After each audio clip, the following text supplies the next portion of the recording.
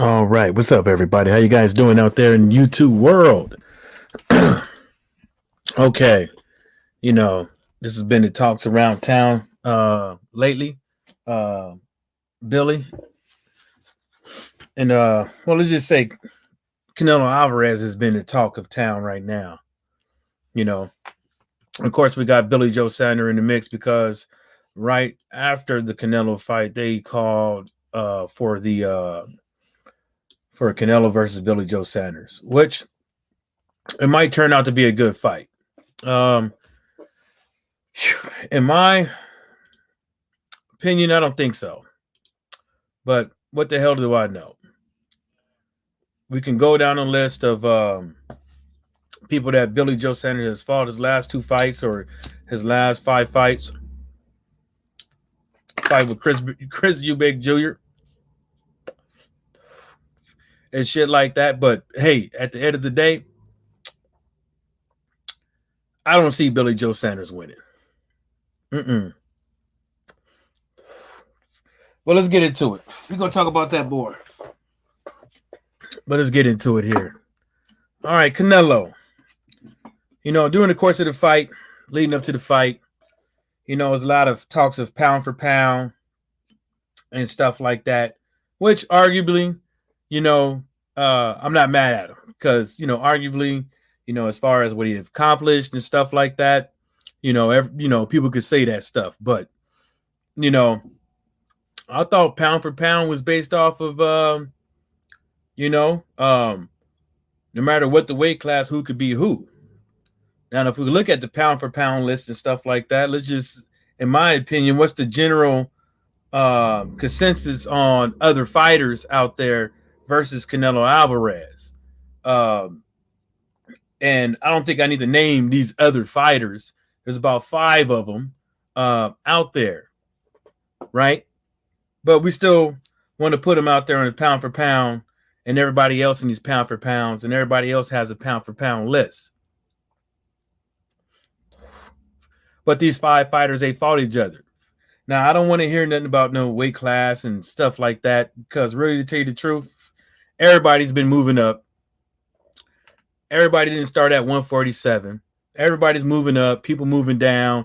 It happens. You get you a fight at this weight class or two, get acclimated, and you make the fight, whatever the case may be. But we all know that Canelo has been doing what?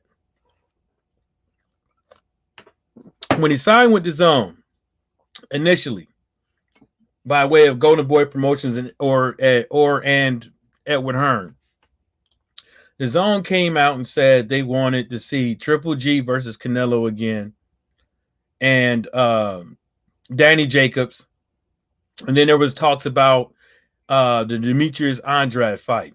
I think what happened with the Demetrius Andrade fight, I think it was because of Billy Joe Sanders popping. So if Billy Joe Sanders would have never popped, and maybe if Demetrius Andrade would have won that fight, maybe that would have been a fight to be talked about, to be had. But that never came.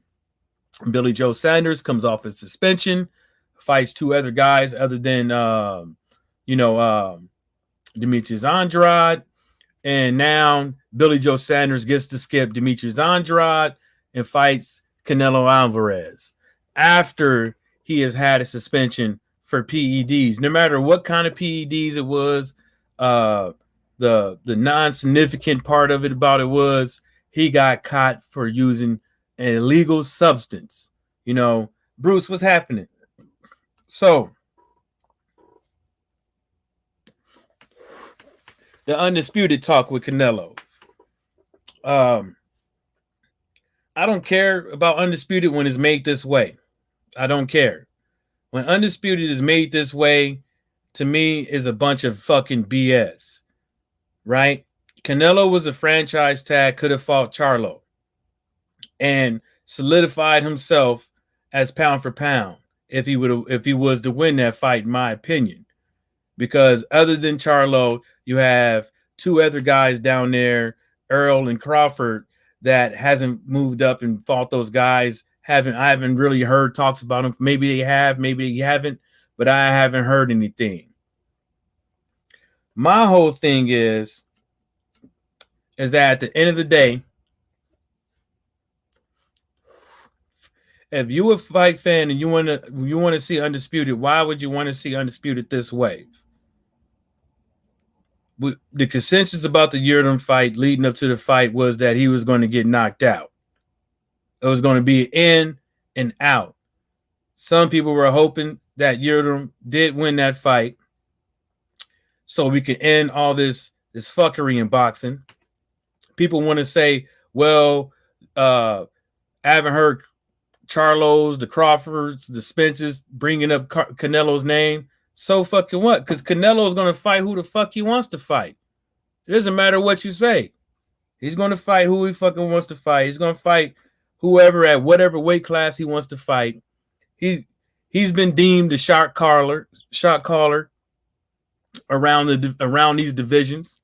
Because there's multiple weight divisions that he's fought in. So, you know, what's the big deal? You know what I'm saying? He's going to fight this guy, then go on to Caleb Plant, and ain't no how many people out there really thinking that these guys are going to win. How many people? If they did a poll, if everybody out here did a poll about does Canelo beat Billy? Does Canelo beat Plant? What's up, the Outlaw Pugilist? If everybody did a poll on this shit, right? The consensus will be that Canelo's going to whoop on all of them. Billy Joe Sanders, defense, footwork, his jab is not going to work with Canelo Alvarez. His jab is not fast. He doesn't get back on the defense. If you watch all of his fights, he gets countered a lot off of that jab. He gets countered a lot off of that jab. When Billy Joe Sanders comes forward and stuff like that, but is he going to come forward and stuff like that with Canelo? Somebody who arguably that we could see hits very hard. So after you receive a couple of body shots, a couple of shots upstairs, what are you going to do? You're going to keep coming forward? Or are you going to stay at it? You're going to stay at a good distance, like he was doing against his last two other opponents from time to time. I'm not good at breaking down fights and stuff like that. You know, that's one of the big pet peeves around here about, well, you know, if you don't know how to break down a fight, you know, this and the third. But you know what? At the end of the day, if people out here, I don't think it's going to be an interesting fight. Billy Joe Sanders ain't got the defense. He don't got the defense. He's going to fuck around, throw them looping punches with Canelo. He's going to fuck around and put his head down like he does in all of his fights. And he's going to get fucking caught. He's not as fast as Canelo. When I say he's not as fast as Canelo, come on, it's a big difference. It's a big difference between him fighting a fighter that got fast hands, that hit hard, and got good punch placement and got good defense. I'm not saying that Canelo was all that with his defense, but what I'm saying is look at all of Billy Joe Sanders' opponents. Look at all of them. Look at all of Billy Joe Sanders' opponents. He look at him against old Martin Mori.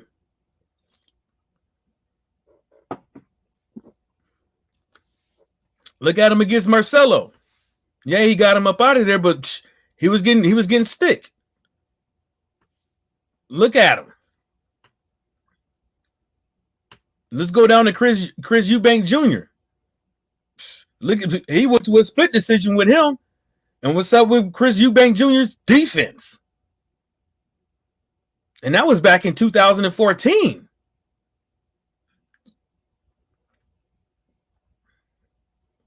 He ain't got the footwork to avoid this guy. Billy Joe Sanders, he moves better. I mean, in my opinion, I'm not trying to shoot you down or nothing, but in my opinion, his footwork is just staying at a distance. from time to time. That's all his footwork is standing at a distance and throwing out that not so sharp jab that he has. It's not going to work with this dude. It's not going to work with Canelo. That jab that he's going to throw at a distance on the back foot is not going to work. I don't think it's going to go to distance. Even if his cardio is on point. His cardio don't look on point right now. I don't think it's going to work. You know, I'm not saying that Billy Joe Sanders is a bad fighter or anything like that. But I think that before he got that auxiliary or whatever, I think he was on the up and up. And I think that if that would have never happened, I think I'd probably be talking a little bit different, depending on what was the outcome with the Demetrius Andrade fight. But yo, I'm telling you, I'm Billy Joe Sanders is most likely going to get knocked out by way of poor defense. By way of poor defense. You know, yeah, Billy Joe Sanders, he can rough you up when he gets you on the ropes and stuff like that. You know, pin your head back and stuff like that, like he liked to do. But guess what? His inside game. Don't think that's going to work with Canelo. I don't think his inside game is going to work. Nope. His inside game is not going to work with Canelo. I'm not basing it off of the Udrum fight because the guy Udrum or whatever you want to call this dude, he wasn't throwing no punches. He immediately came out the gate with his hands up in the high guard on the ropes. Just taking shots, thinking that he was going I don't know what he thought he was going to do. I don't know where his head was in the fight. I'm not going to insinuate what was he thinking and stuff like that, but it did not appear that his mind was right. Did not appear that. But at the end of the day, he could not withstand the onslaught of Canelo's offense. I don't think it's going to work. You know what I'm saying? Coming forward on Canelo without punching power, starting being what's happening. Coming forward at Canelo Alvarez, like Billy Joe Sanders like to do sometimes, is not going to work with Canelo Alvarez if you're not moving your fucking head. Because I don't know if you've seen that Canelo has a crisp jab. Billy Joe, what's up? Okay, how do you guys rate Billy Joe Sanders' jab? Because I'm gonna tell you this: if you can't throw a jab with Canelo, and you throw that jab, he's gonna make you pay every single fucking time. If you trying to fight Canelo on the inside and you ain't got no inside game, Canelo's going to make you pay. If we're going to, footwork is not staying at a distance and just moving around the ring. It's not just that. He does a better job than a lot of these fighters out here with judging when to fight inside and when to fight outside, when to move around the ring and stuff like that. But what about where is he going to place his front fucking foot? Where is he going to place his front fucking foot? Does Billy Joe Sanders has a tendency to square up with both of his feet on fighters and dip down, trying to hide from body shots? I don't think it's a good idea. Oh, Volts UK said he think Billy gonna whoop Canelo. I would like to see your opinion on how. Down La Pusa says Billy Joe is a slick southpaw. There's no way he will want to mix it up with Canelo in the inside. He's gonna have to. He's gonna have to. He's gonna fucking have to. Not the whole fight, but at some point he's gonna have to. And we all seen what Canelo do. Once he smell your ass can't take this, he's gonna keep giving it to you. You know, I mean, let's just say he got some good ring IQ. I don't know about Billy Joe. I don't know about that. Yeah, Votes UK said Billy Joe better get back to the Ingle gym though. I don't know what he should do as far as what gyms. I don't know what he should do as far as with gyms and stuff like that.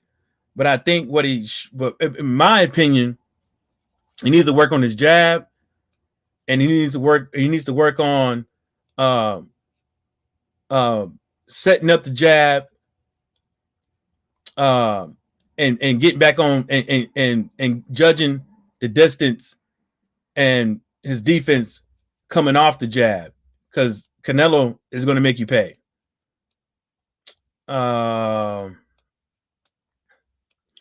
The Outlaw Pugilist, I'll have to watch him again. I can't remember. Remember who? Outlaw? Pigeon Mike Tyson, get the link going, bruh. Votes UK say it's a great fight. Boxing wise, I'm looking forward to it. I don't think it's going to be a great fight. It's let's see what it says. What's going on, bro? All I'm gonna say about Billy Joe Saunders, bro. Listen, his resume is a bit fucking whack, bro. It's not the best resume in the world. The whole of the UK doesn't really back him, bro. There's other places in the UK are different to places like him, bro. Nah, say what you gotta say, bro. No. But listen, I'm not hitting on his resume, and I'm not hitting on whether or not people like him and stuff like that. I'm just hitting on what I've seen from Billy Joe Sanders and what I've seen from Canelo Alvarez in the ring. Because I think that sometimes in boxing, when you look at resumes and stuff like that, I think sometimes it's a bit hazy, and it is not too transferable to the big conundrum of styles making fights. Yeah, but it just depends on what you're gonna get. Like, you're getting a guy who's coming up from welterweight, and you're getting a guy who's sort of floated around middleweight and super middleweight. My personal take on the Billy Joe Saunders Canelo fight, it's a good fight for Canelo, but if Saunders loses that, he's in a whole load of shit, bro. He's going to be in a lot of doo doo. So my personal take on that fight is it's a make or break for Saunders and sort of for Canelo. What do you think, bro? It's not a make or break for Canelo. It's a make or break for. Nah, bro. If Canelo loses that, that's going to be embarrassing on his career. It's not going. It's. You could say it could be embarrassing on his career and stuff like that, but Anthony Joshua lost against Andrew Ruiz, and everybody forgot about that. But he's gonna have to come back. But the thing is, though, he ain't gotta come back. About that. Listen, this is not a UK American thing. I'm a global entertainer. Canelo is Mexican. Nah. I'm not backing Billy Joe. I'm a global entertainer. I'm from all over the planet, mate. I've lived all over the planet my whole life, bro. All I'm saying is, if Canelo loses that fight to Billy Joe, which he won't, I've got Canelo winning that fight in the 9th round by TKO. But if he does lose that fight against him, that's not a good look, bro. This is how boxing is. You lose fights, you're going to look like a piece of shit. Yeah. Well, it isn't. It doesn't matter if he loses the fight or not. You know, your favorite team, your favorite fighter eventually is going to lose. I'm not worried about the outcome of what happens to these fighters right now, win or lose, because win or lose for both of these fighters, they still have fights that they can have made. I'm pretty sure that Canelo is going to have a rematch clause. And not only on that, it's going to be the same thing like everybody else that lose. Look at Lomachenko when he lost. He didn't lose any type of flavor or anything around here because people are still clamming to fight the guy. You know what I'm Yeah, saying? yeah. People are still, throwing out big money to fight the guy. So, and it's going to be the same thing with Canelo, and he's going to Yeah, have a rematch yeah, clause. I'm but assuming. a lot of people like nutting on Canelo from the American side, and Loma's you all love him over there, ain't But that 3-9-6-1, come on, bro. Is how many pro fights has he had? He lost the second fight against Salido. Then he struggled in quite a few of those fights. Um, you can block me off the channel if you want, but I'm not sold on Lomachenko, I'm bro. not. I'm not. I'm not caring about Lomachenko, and a lot of people in America don't even know who he is and stuff like that. So I don't know where you get like people in America love the guy, but a lot of people, on social media, was questioning his uh, boxing abilities per what the uh, media was saying about him. That's why when he finally stepped up and actually fought somebody young and vibrant, that he lost. He could say that he won the fight. He could say that he started off late. He could say whatever he wants to, but that's all him. But let's get back to Canelo. Like, Yeah, go you on. know, with this whole pound for, like I was talking about earlier, like with this whole pound for pound jazz and stuff like that, you have too many fighters out there that he could fight. Um, that's more high caliber than Plant and Billy Joe Sanders. Not more high caliber, but the fights that people actually want to see. You know what I'm saying? That should have Yeah, yeah. happened. There's one in particular that should have happened. Now, whether or not that was Charlo's fault or Canelo's fault, that's nor that's neither here or there. But what I'm saying is that Canelo has been able to make these fights. Has been able to make fights as far as what we could see very easy. And what's happening now is he did the same. He's doing the same thing that he has done when he initially signed to the zone. So right now, neutral natural was happening. So right now, we know when he signed with the zone that the zone was talking about the Triple G again fight and the Danny Jacobs, and they was trying to figure out what was going to come after that, and I'm pretty sure that was going to be Demetrius. It's not He gonna could have go, bro. he could have tried to fight. He could have tried to fight at undisputed at a lower weight class, but what happened with that? He became franchise champion, and he ended up eventually moving up. Now Yeah, he's at 168, and he's trying to be, and he going at 168. Look at 168. Look at yeah, 168 from where he moved from. It's not that. yeah. It's not that as dangerous. You know what I'm saying? As it was before, and this is the easy route to becoming undisputed, as far as I can see. But if people want to sit up over there and say this is what we want and stuff like that, I'm not looking for nobody to become undisputed like that. You know what I'm saying? Yeah, yeah. Um, you know, um, but it is what it is. You know what I'm Yeah, I saying? agree. 100%. I think basically he's probably the whole of boxing's a business. And I was having this discussion the other day. Tom Molyneux was the original heavyweight champion back in the 1700s through the British Empire when they beat the Spanish. Now, everything about boxing is based on capitalism. I personally think we know when we look at fights that they're based on that. I don't think the last time, like I'm 52 years old. I'm quite an old guy. The last time I watched a decent fight was Thomas Hearns against Hagler. I actually think that the Sugar Ray Leonard fight against Hagler was fixed. Um, I, I've not trusted boxing till it went.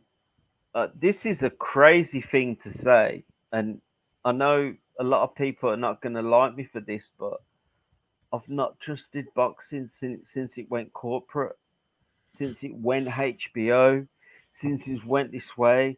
They push guys. You got the Mexican, you got the white, you got the black.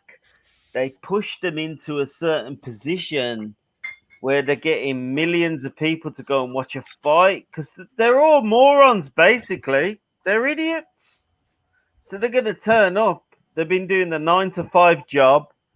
Oh, we're going to watch this guy. He's going to beat this. He's going to beat this white man. He's going to beat this black man. He's going to beat this purple man. I personally think boxing since the 80s, the last, I know you're probably going to dump me off your channel for this, but the last proper fight I watched was Tommy Hearns against Marvin Hagler. That was 2 guys actually going to win that fight, and I've not watched a fight since that. I've not watched it. Even the whole of Roy Jones's career was manufactured. Everything I've watched since that, and I know what I'm looking in my eyes. I'm an old man. I'm in my 50s. The last, go on, bro. So you're saying you would you say Teofimo Lopez versus Lomachenko wasn't a proper fight? I think it was the biggest load of crap ever. So would you say Mike Tyson versus Holyfield was in the proper fight? That wasn't a proper fight at all. I used to work for Mike Tyson. No. Let's just put it out as it was the best guy versus the best guy. It was the best guy. No, it weren't. Tyson had been in prison for years. It doesn't matter if you've been in prison for years or not. That's what the fight that the fans want to see. Listen, ask me. Give me a 10 breakdown. Was that a fight that the fans want to see? Yeah, but come on, that wasn't a fight, bro. Whether or not the outcome or what happened in the ring, you know what I'm saying? Either it was Mike Tyson, Lennox Lewis, Mike Tyson, Holyfield, Buster Douglas, whatever the case may be. Last good fight. What you have to think about it is that's the fight. Bro. Hold up. You gotta let me finish. What I'm saying is it was a fight that the fans wanted to see. It was. The fans didn't want to see no Canelo, no Smith. Yeah. It was a fight. Some people did. No. Listen, that was. We all know that was complete garbage. But the last true fight that happened in boxing was Tommy Hearns against Hagler. That was the last real fight we've seen. I don't want to keep it simple, keep it basic, but that's the only fight I've watched which was legit. It was legit. Nah, I don't think so. But yeah, you could say that if you want to. But I don't think so. Where would you go? What would you say? What would you say then? What was the last legit fight in boxing? As far as legit, let's see here. Let's just keep it recent. I think it was legitimate to have. Well, it should have been Devin Haney, but it would end up Teofimo. Yeah. And Lomachenko, and I think that was a legitimate fight. It didn't happen the best way, but as far as something that the fans wanted to see and stuff like that, didn't want to see at first. You know what I'm saying? Because the way everything went down. But I think that was the last one. Yeah, but the thing with Devin, because I'm friends with H Money and that, and I'm friends with Bill Haney as well. Oh, and then if we want to keep it recent, I think that a legitimate fight, no matter what the outcome was, everybody wanted to see Joe Joyce versus Daniel Dubois. Yeah, man, Dubois got rinsed, bro. Dubois, that was sad. I like Dubois, so that was quite sad to be fair.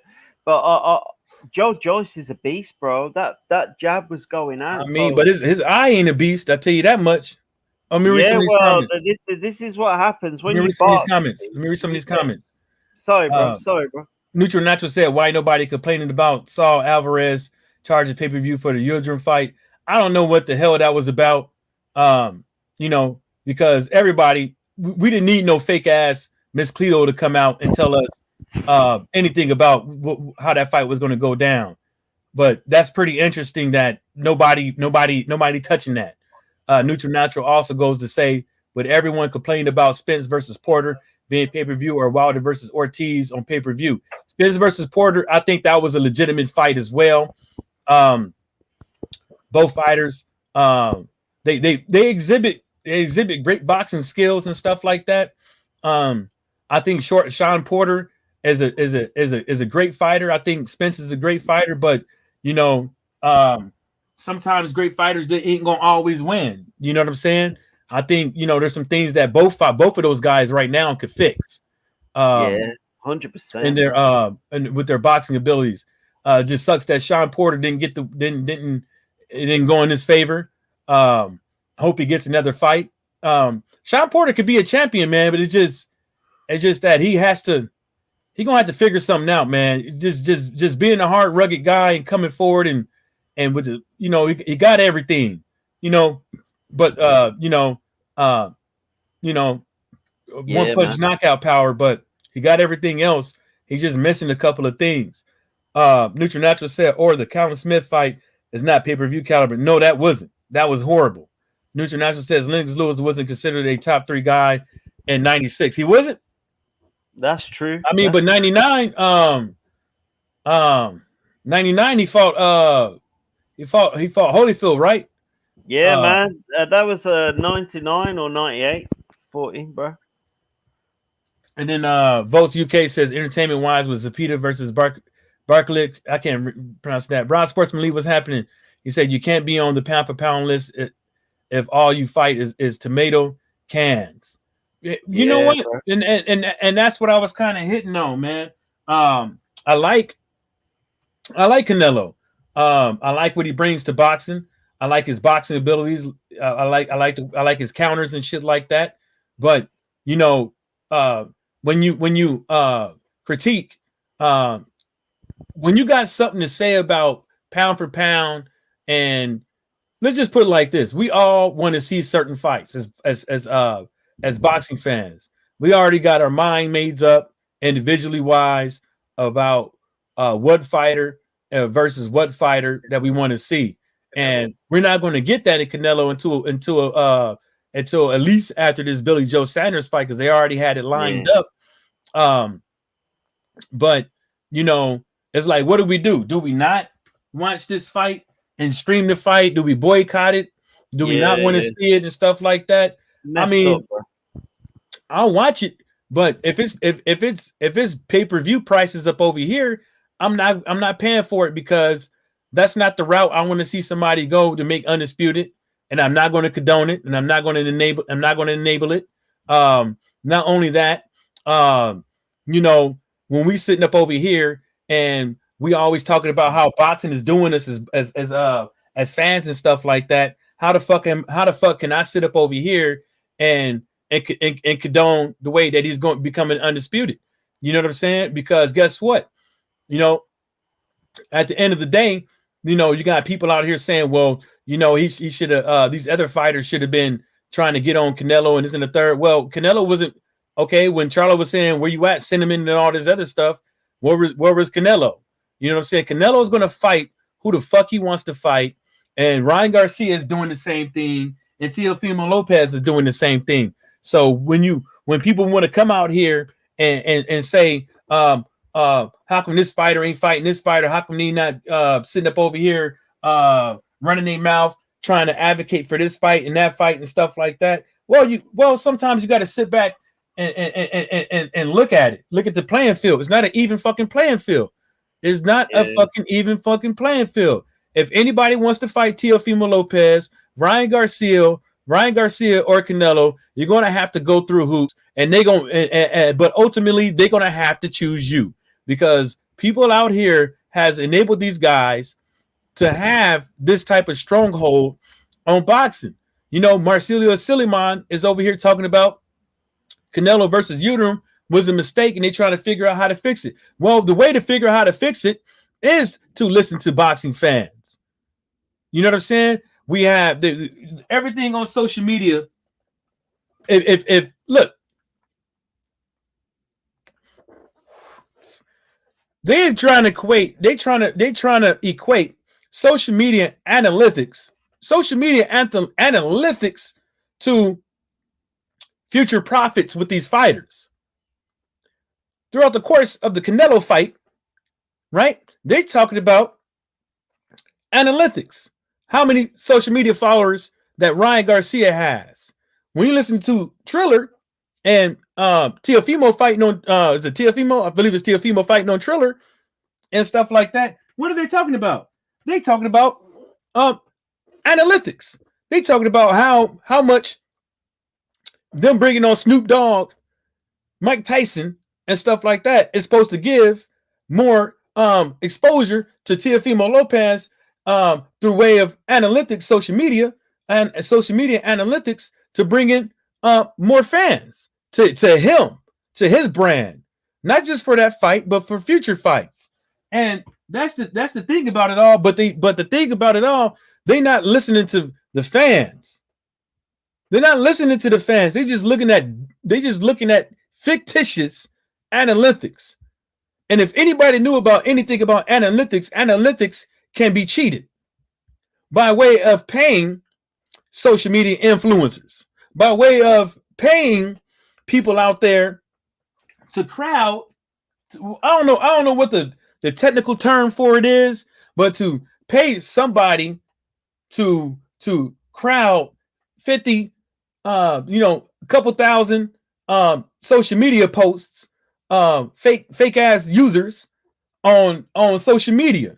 We don't know if all these guys on these pages and shit like that is real or fake, but we've been insinuating this shit. People in the LDBC has been insinuating this shit for fucking years, but nobody want to listen. How many motherfuckers been caught on YouTube with fake sub counts? How many people?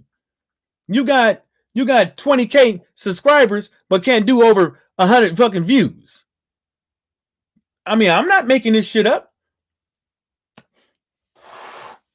So what I'm saying is that this whole pound for pound talk with this social media analytics, with this already got fights lined up, with this let's keep punching out these words, pound for pound, greatest boxer, greatest Mexican boxer, and all this other stuff to try to create a player. To me, I think it's dumb. Rob Sportsman Lee said, "I don't watch Canelo versus any tomato cans," and I don't blame you. You know how much of a disappointment was when motherfuckers came who people who bought that fucking fight, the Canelo versus Uterm fight, right? People who bought that shit, you should be you weren't satisfied. You weren't satisfied. That shit was atrocious. You ain't never heard Marcelo Silliman say anything like the way he said, especially when it has to do with Canelo Alvarez, Cinnamon. You never heard him say nothing like this. Now he's trying to cover his ass because the shit didn't make any goddamn sense. If somebody said something that Marcelo Silliman heard some things from other people and stuff like that, people talking and stuff like that, he know that was bad for fucking business. He know it's bad for business. The WBC belt, which some people out here consider, like Marcelo Silliman, to be the most renowned belt around, the most prestige belt, around. And you allowed this to happen on your watch? You could have out of all the people that he could have put on other than Uterm as a mandatory. Out of all fucking people, He picks him. He picks this guy. He picks this guy. He picks Uterum. He picks this guy. You know what I'm saying? And I don't want to hear shit. There's no way in hell Rocky Fielding should have been where he was. No way in hell. The Danny Jacobs fight, I give him the Danny Jacobs fight. The Sergio Kovalev fight, I'm kind of like, I don't know. The Callum Smith fight, hey, you know, sucks to be you, Callum Smith. The Uterum fight sucks to be, man, this shit is disgusting. If I'm gonna sit up over here and watch something, I'm gonna sit up over here. Look, man, I'm not watching this. The only way I'm watching this Billy Joe Sanders fight is if I stream it. I'm sorry. You know, it might end up turning out to be a good fight. I might not know what the fuck I'm talking about and stuff like that. I might just, you know, be behind the power curve of my boxing knowledge or whatever the case may be. But this is not what I want to see. How can you be pound for pound and you ain't fought everybody that's considered pound for pound right around you, around the same weight class, or was at the same weight class as you? But you fight Uterum. You allow Uterum to take that spot. You fight Callum. You fight Callum Smith. So I don't want to hear about accolades with Saul Alvarez. We already know Saul Alvarez is a great fighter. We already know that. That's nothing new. It's nothing to sit up over here and it's not a debate, in my opinion. It's not a debate that Saul Alvarez is a great fighter. But why should we see a great fighter fight lower competition and in fights that's lower grade than the fights that we want him to see in? We that's what I'm saying. Some people go be over here and be like, oh, you hating and this and the third. So I'm supposed to pay my money for this. I'm hating, but I'm supposed to pay for this. Huh? I'm hating. But I'm supposed to pay. We're supposed to pay for this shit. It doesn't that doesn't fly with me. That does not fly with me. It does not one bit. Are y'all going to pay for it? There's 5 people watching or 4 people watching. Are y'all going to pay for this whatever this fucking shit is, this Canelo versus Canelo versus Billy Joe Sanders. There we go. Y'all gonna pay for this?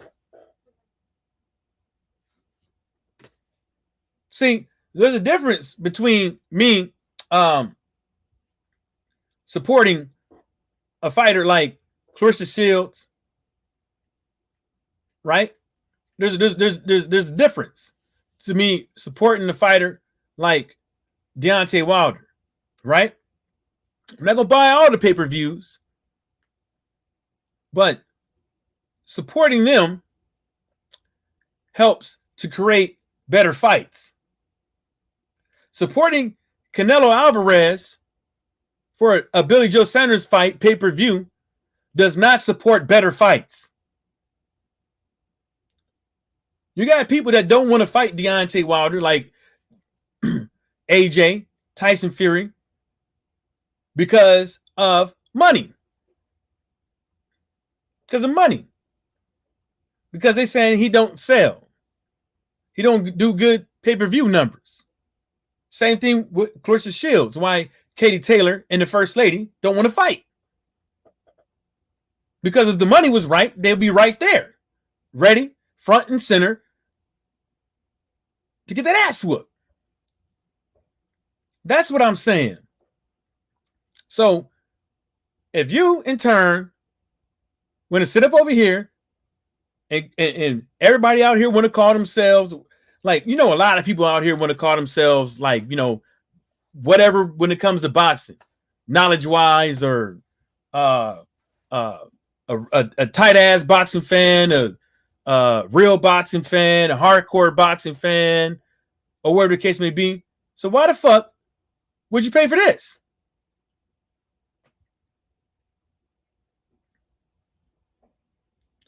Why the fuck would you want to pay for this shit?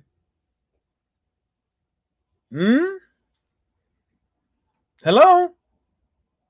Because right after this fight, when you pay for this Billy Joe Sanders fight, knowing what the outcome is going to be, Billy Joe Sanders is going to get whooped, in my opinion. You're going to sit up over here and pay for most likely a Caleb Plant fight. Yeah, I think Billy Joe versus Canelo and Plant versus Canelo can end up being good fights that I would want to see and maybe replay a few times. But likely, I don't think it's highly probable. Damn, I fucked that. I'll be slandering, I'll be fucking up words left and right. But you get what I'm saying? It's not. I don't think so. I don't know what it is that makes me believe that, But as far as these fighters' defense prowess, and their offense, and their footwork, and their inside game, I don't think so, man. Motherfuckers could call me whatever the fuck they want to call me, or whatever the case may be, but go ahead and pay for that shit. Go ahead and pay for this shit. Motherfuckers keep talking about back in the days this, back in the days that. I remember watching this, remember watching that. These ain't super fights. And when I say super fights, I'm not talking about money. I'm not talking about how many people's gonna watch it. I'm not talking about like anything like that. What I'm saying is pound for pound, style versus style, skill versus skill. Should have fought Charlo. That's what I'm saying. Should have fought Charlo. Hell, you fought Danny Jacobs. Oh, because he was signed to the zone. Well, you gambled. You fought that guy. That didn't really get you nowhere. Yurdom didn't get you nowhere. Rocky Fielding didn't get you nowhere. Conor Smith didn't get you nowhere. Now, you beat Billy Joe. Now, I think that'd be a little bit more, but really, to tell you the truth, let's look at Billy Joe Sanders. I bet if people took a general consensus on Billy Joe Sanders and the likelihood of him being focused, coming in the ring, which Billy Joe Sanders is going to be? Is this going to be Billy Joe Sanders when he was on his grind, or is this going to be Billy Joe Sanders after Auxiliary? Because after Auxiliary, something don't look right.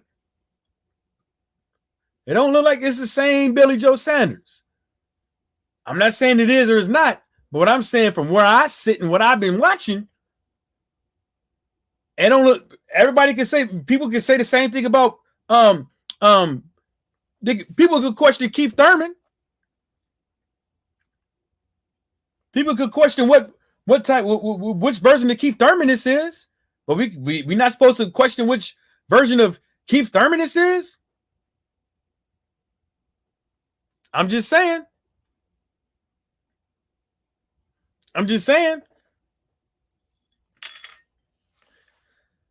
Ross Sportsman Lee said, votes UK boxing glove with a 100. I guess that's a pow 100. The Outlaw Pugilist said, what and who's next for Wilder? I don't think anybody knows what's going on. You know, everybody keep hearing the same thing with Wilder and Fury. Everybody hearing the same thing, the same old tune when it comes to Fury and Anthony Joshua. You know, it's been the same old tune. You know, but nothing out there official as of yet. Whatever I've been hearing, there ain't nothing out there official yet. It's been the same old sad ass song. I can check it right now, and I can tell you, ain't nobody got shit. Ain't nobody got shit to say. I mean, you can go over there and you can listen to Anthony Joshua, but that's the same shit Anthony Joshua's already been saying. So, you know, it ain't nothing new. You know, they've been talking about we closer until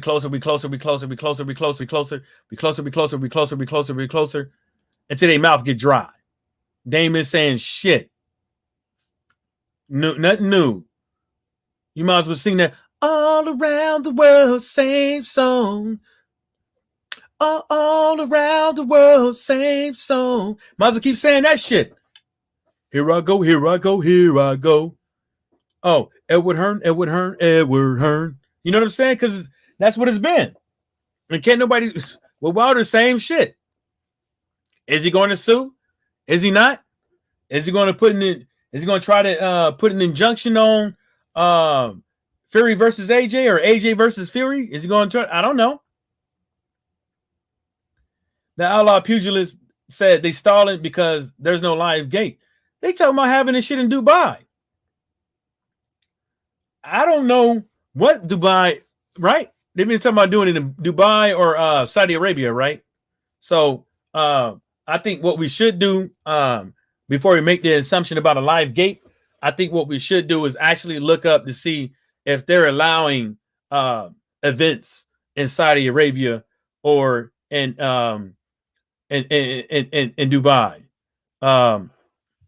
You know, but they might not have it in Saudi Arabia now because the Crown Prince has been, as far as U.S. intelligence goes, they're saying that the Crown Prince was involved in the beheading of this beheading / assassination on a reporter.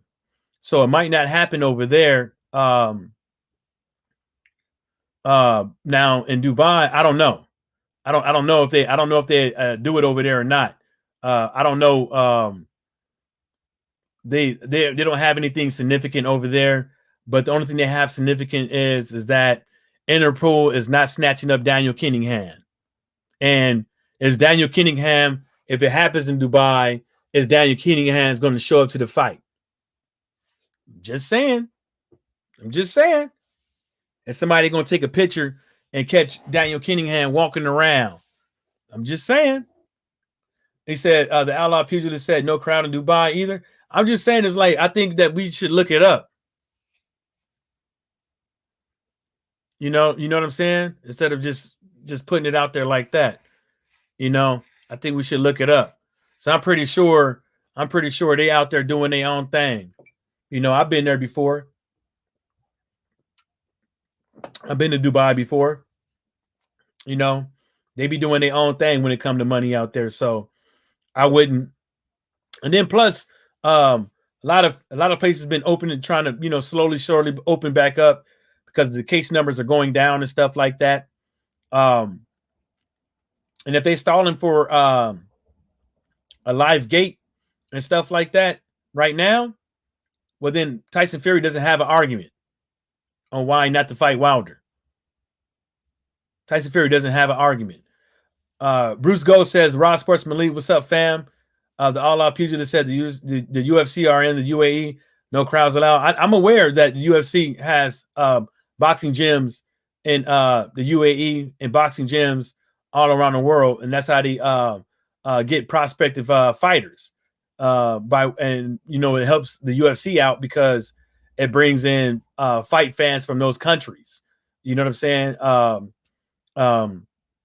Basically broadens their horizons. But you know, let me see here. Let's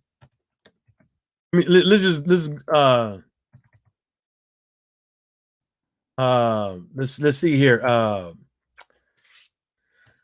Um, let's see here.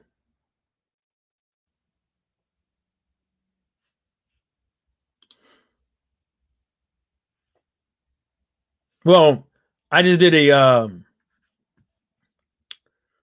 simple I just did a simple Google search and see available all concert tickets. Let's see here. So I'm trying to. They got some concerts out there going on. They got one. Let's look at the March 5th one. March 5th. Yeah, let's look at the March 5th concert and see what it says. I clicking on get tickets. You're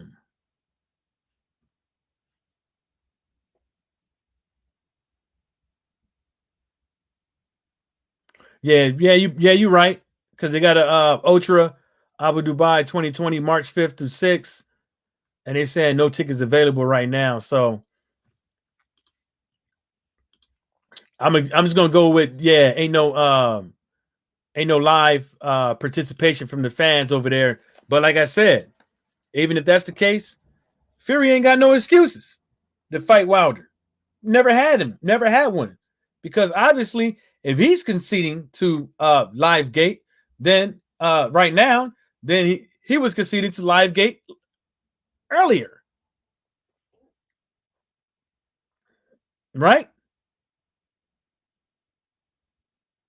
Right? So that just man, I'm just saying, man.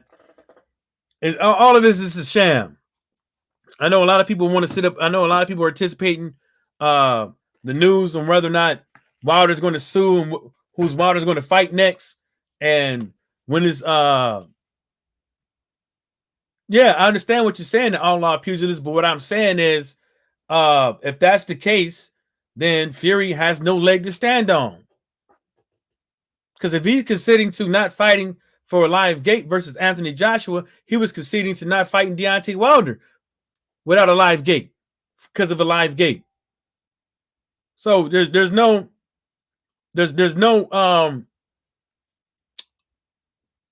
if you think about it, like it doesn't make any sense. And Fury even said it. I'm not fighting without no fans in attendance. Then he comes back and said, I should have fought in December. But anyways, let's go back to Canelo, man.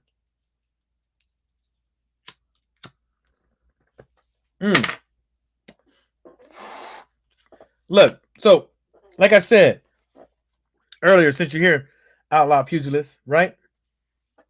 I said something earlier on the lines of when it comes to paying pay-per-views, right? Would you pay for the Billy Joe Sanders pay-per-view and then in turn pay for the Canelo, the Caleb Plant pay-per-view? Because that's what should happen next after that, right? If you would buy those, if you would buy into those pay-per-views, don't you think it's kind of enabling for not to see the bangers of fights around? Because obviously we're telling him that we're going to show up and pay for this shit, even though you ain't fighting who we want you to see fight. Bruce Gold said, Mike, did you see the last Fury interview? He ain't in no fighting shape, man. I didn't see it, but a lot of people have been saying that ho-ass Tyson Fury has gained some weight back and been faking the funk on social media with all that jogging and exercising and shit that he said he was doing. See, that's the thing, man. There's a reason why social media is a motherfucker, right? You see somebody in the gym, they hitting pads or whatever the case may be. That could have only been a weak ass workout section where they didn't get no good pumping. They didn't get a good sweat in. They could have probably throw water on themselves to make them look like they putting in work. Tyson Fury could just be walking down the street and just start jogging and saying, "Yeah, I see y'all Dawson's later," and bounce. You know what I'm saying? So the Outlaw Pugilist said he's going to pay pay-per-view to watch Billy Joe Sanders versus Canelo. So look, not mad at you, because Billy Joe Sanders is your boy, or if Canelo is your boy, okay, that's fine.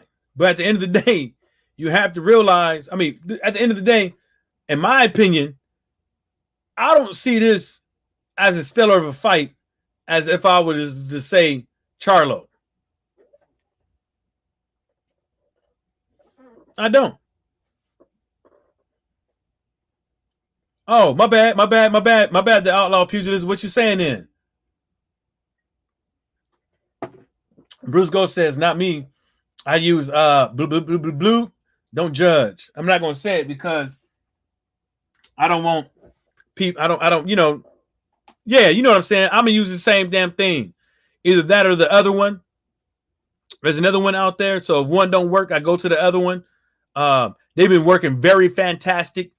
My boy, he got the thing on the Fire Stick, and I tell you what, that thing you talking about, Bruce Goes, that website and his other website, they've been working way better. I don't know what the deal is, but whether or not I put it on the 5G or the 2G in the house, that's the same outcome for both devices as far as watchability. I guess I really don't get no problems. I might get like a hiccup here and there, but it's free. So what do you expect? Oh, okay. My bad. Outlaw Pugilist, my bad. See, I don't understand why the fight didn't happen. And these fights happen easy as fuck. But I understand like they planned out his career.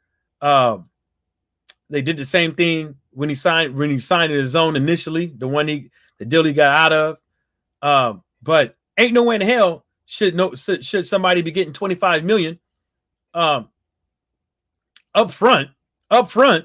It should have been. See, that's the thing. It should have been I'm not a businessman, but worldwide, I think they got their money back. Even though in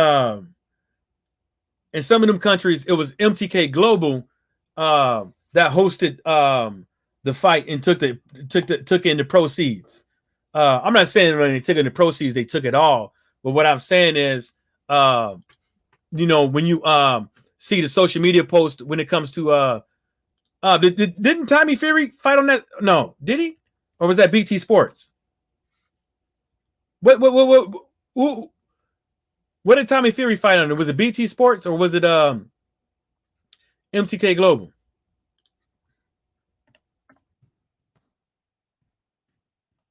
I'm sorry. Was it the Zone or was it the Zone or BT Sports? I keep getting my shit fucked up, but I got it right the last time. And I'm trying to see it because somebody posted something earlier and on Twitter. I'm trying to pull it up for y'all so I can find it, so I can read it out. Yeah. Okay. So some of these fights ain't on the Zone. So Boxing View figures the Zone Parker versus Fa. They said the average was the peak was, I'm just gonna read the peaks. The peaks was 48,000. IFL TV MTK Kazakhstan show was 140,000. The BT Sports Warren show was 1.9 million. The DAZN Canelo Yildirim was at a peak of 105,000.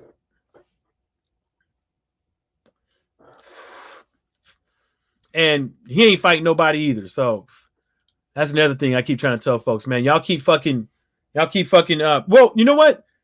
At Tommy Fury's stage of his career, people should support him. So later on, he can get these fights. But it shouldn't be like, no, I'm the A side and putting all these motherfucking stimulations out there so these fights can't happen. It should be support the guy. So when he does, when he's able, when he has enough fights under his belt, you know what I'm saying? To be acclimated in his to be acclimated in the weight division that he's in at that point in time, that when it's time to step up, he can step up. You know what I'm saying? Because I'm not saying that, you know, every fighter out there can sit up over there and come into professional boxing and just start smoking out all the competition and just do what Lomachenko did, was fight for nothing but world titles his whole fucking professional boxing career, which to me was a slap in the face a lot of the time, because at the end of the day, there was other guys out there that should have been getting that same look, that's been there before this guy, has been putting in work before that guy, but they kept giving it to people like that. And I think that you know, I'm not going, you know what, I'm not going to insinuate the guy, because I want to wait a little bit and see what, you know, what the hell he's saying and stuff like that. Wish him the best, because, you know, we need a lot. We need these young bucks out here. The young bucks out here should be setting the tone right now, because all these other guys ain't been setting no type of tone, but a whole bunch of A side and who should be getting what, and social media back and forth with trying to put fans against fans and shit like that. So, you know, yeah, I sent the link, man. I put it in the chat already. You know, I always send invites with the links. Let me see what my coach is bitching.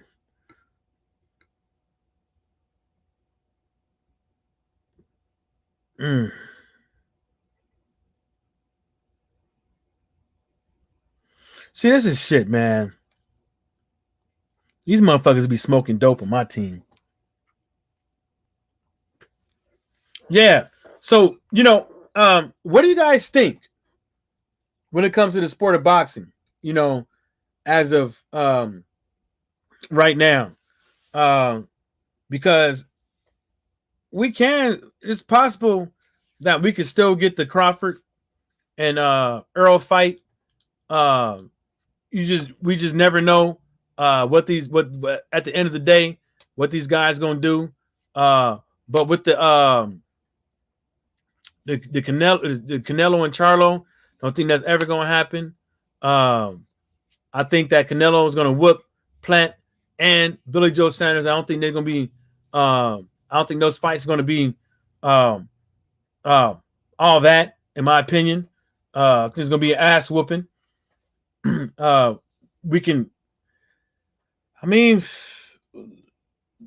look at Plant's last performance. I'm just saying, his last performance, it wasn't.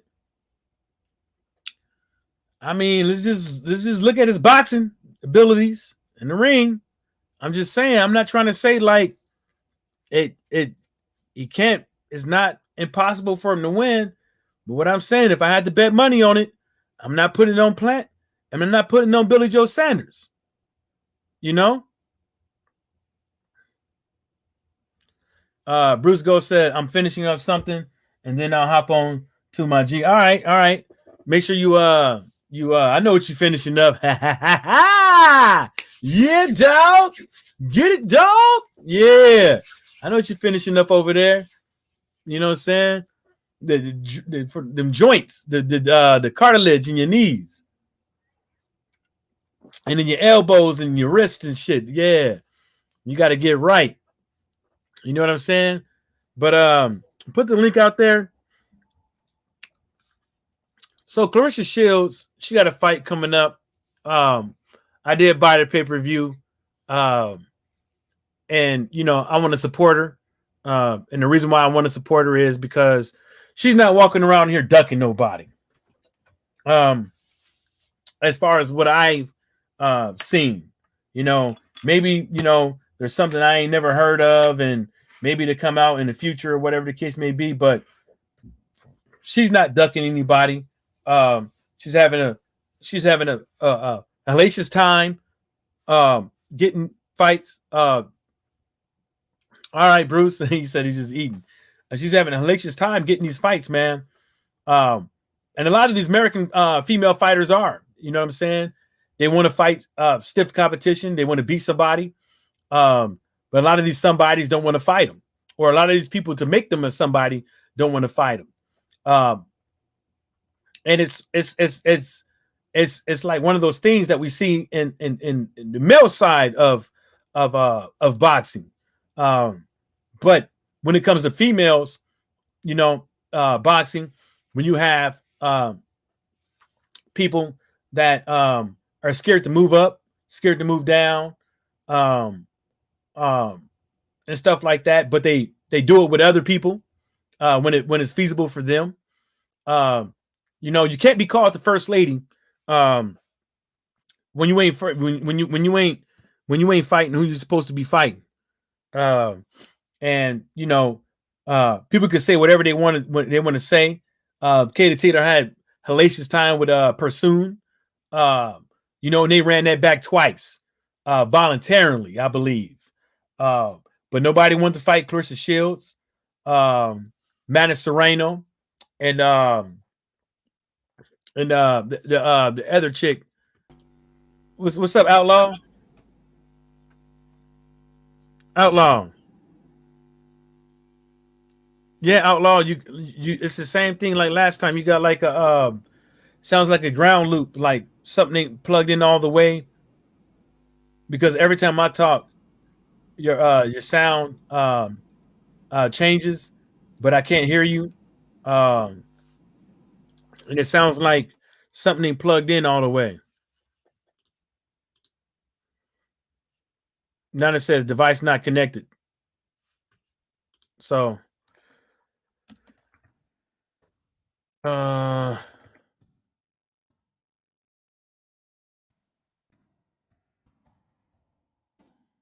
so yeah, he tried to hop in, but it didn't work out. He'd probably come back. But yeah, you know, I wish all these fighters the best, man. I'm not sitting up over here wishing that they never get paid and stuff like that, never be able to feed their family, never get these fights and stuff like that. But what I am saying is that it comes a time that, you know, fans got to stick up for themselves, and we haven't. And we damn for sure ain't sticking up for ourselves. Yeah,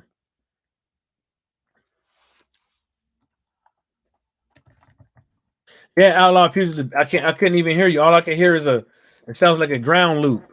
Ground loop is like when you have something that's like not plugged in all the way, and it just basically like boom. That's a ground loop. That's what it sounds like. Check to see if you're using if you're using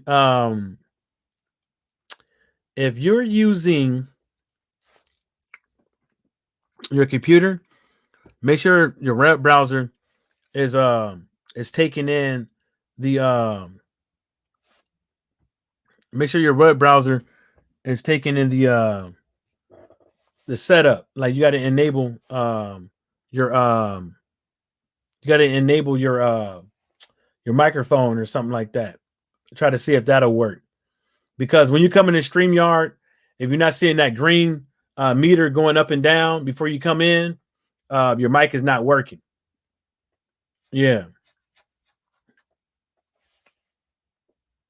Oh, it's because you had your YouTube page up. I don't know how it works. Like if you on your phone, like if you're on your phone, I don't know how it works. But if you're on your computer, having YouTube open and then going into StreamYard, it shouldn't affect anything. But I don't know how the phone works. But I know when I do go on people's live, I gotta like when they can still hear me whether or not I have YouTube open or not. But I don't know. But yeah,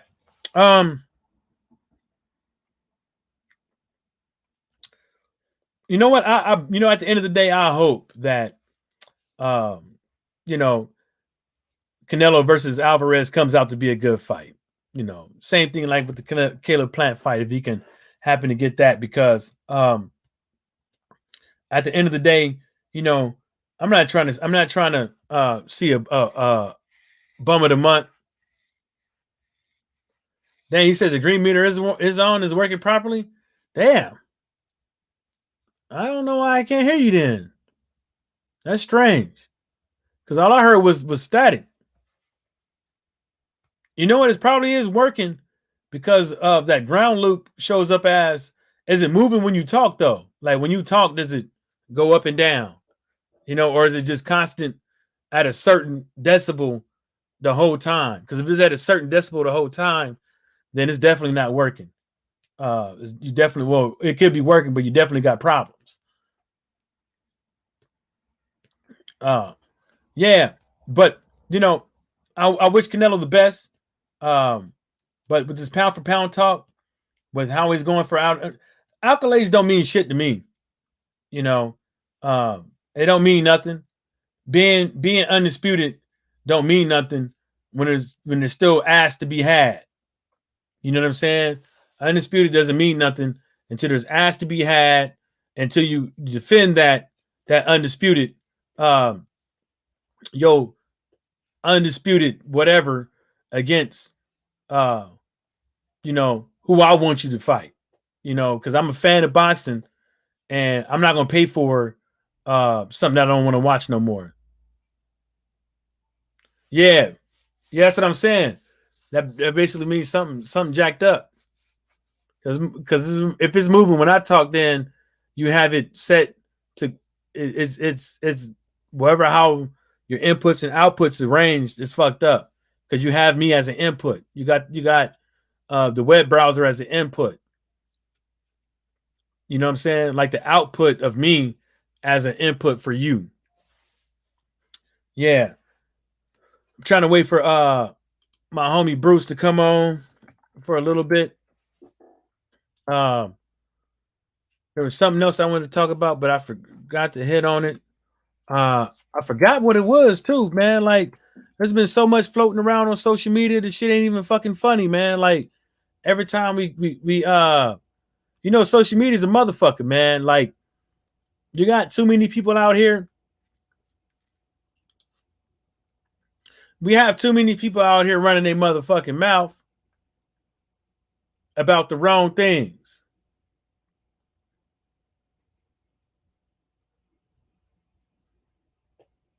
And what happens is when you worried about if you worried about pound for pound, people out here more worried about pound for pound lists, who's selling what, um, and who's giving who what, then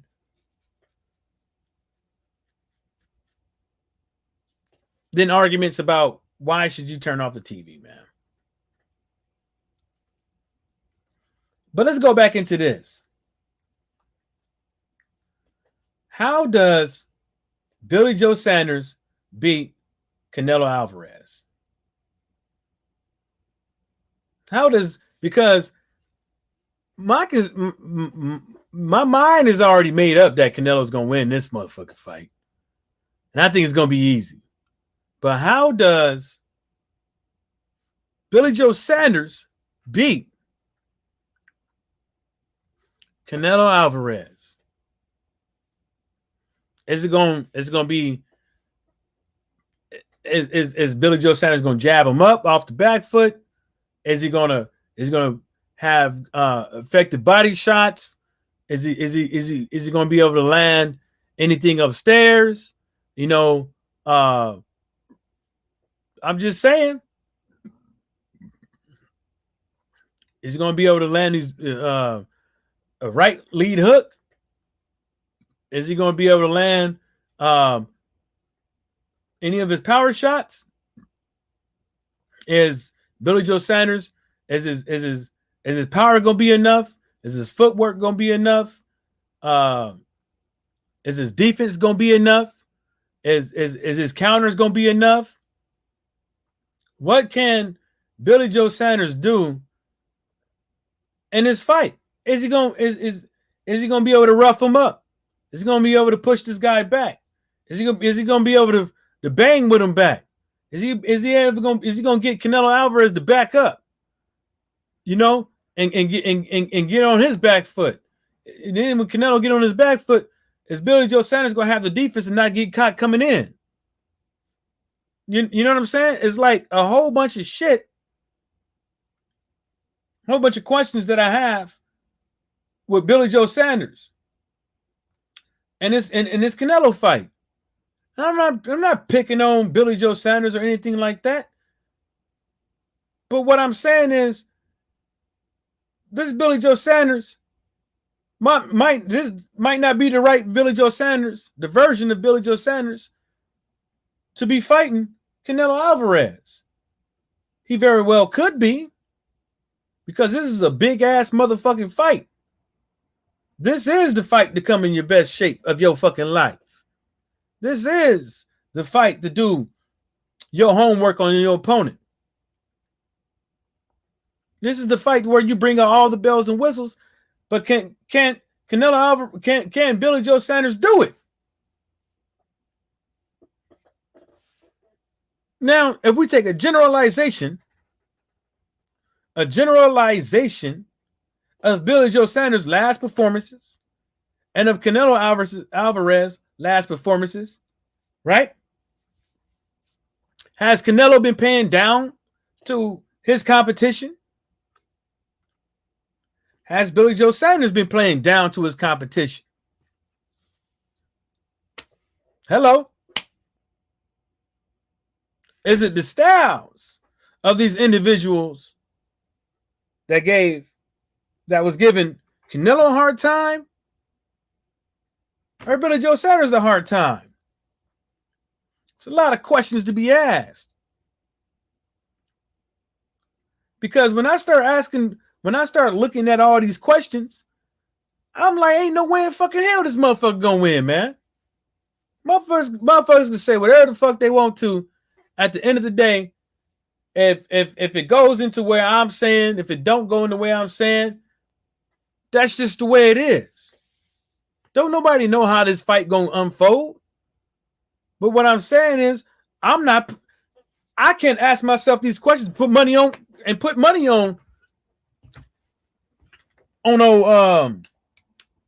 Billy Joe Sanders, Mr. Auxiliary, you know, Mr. Throwing fried chicken and running.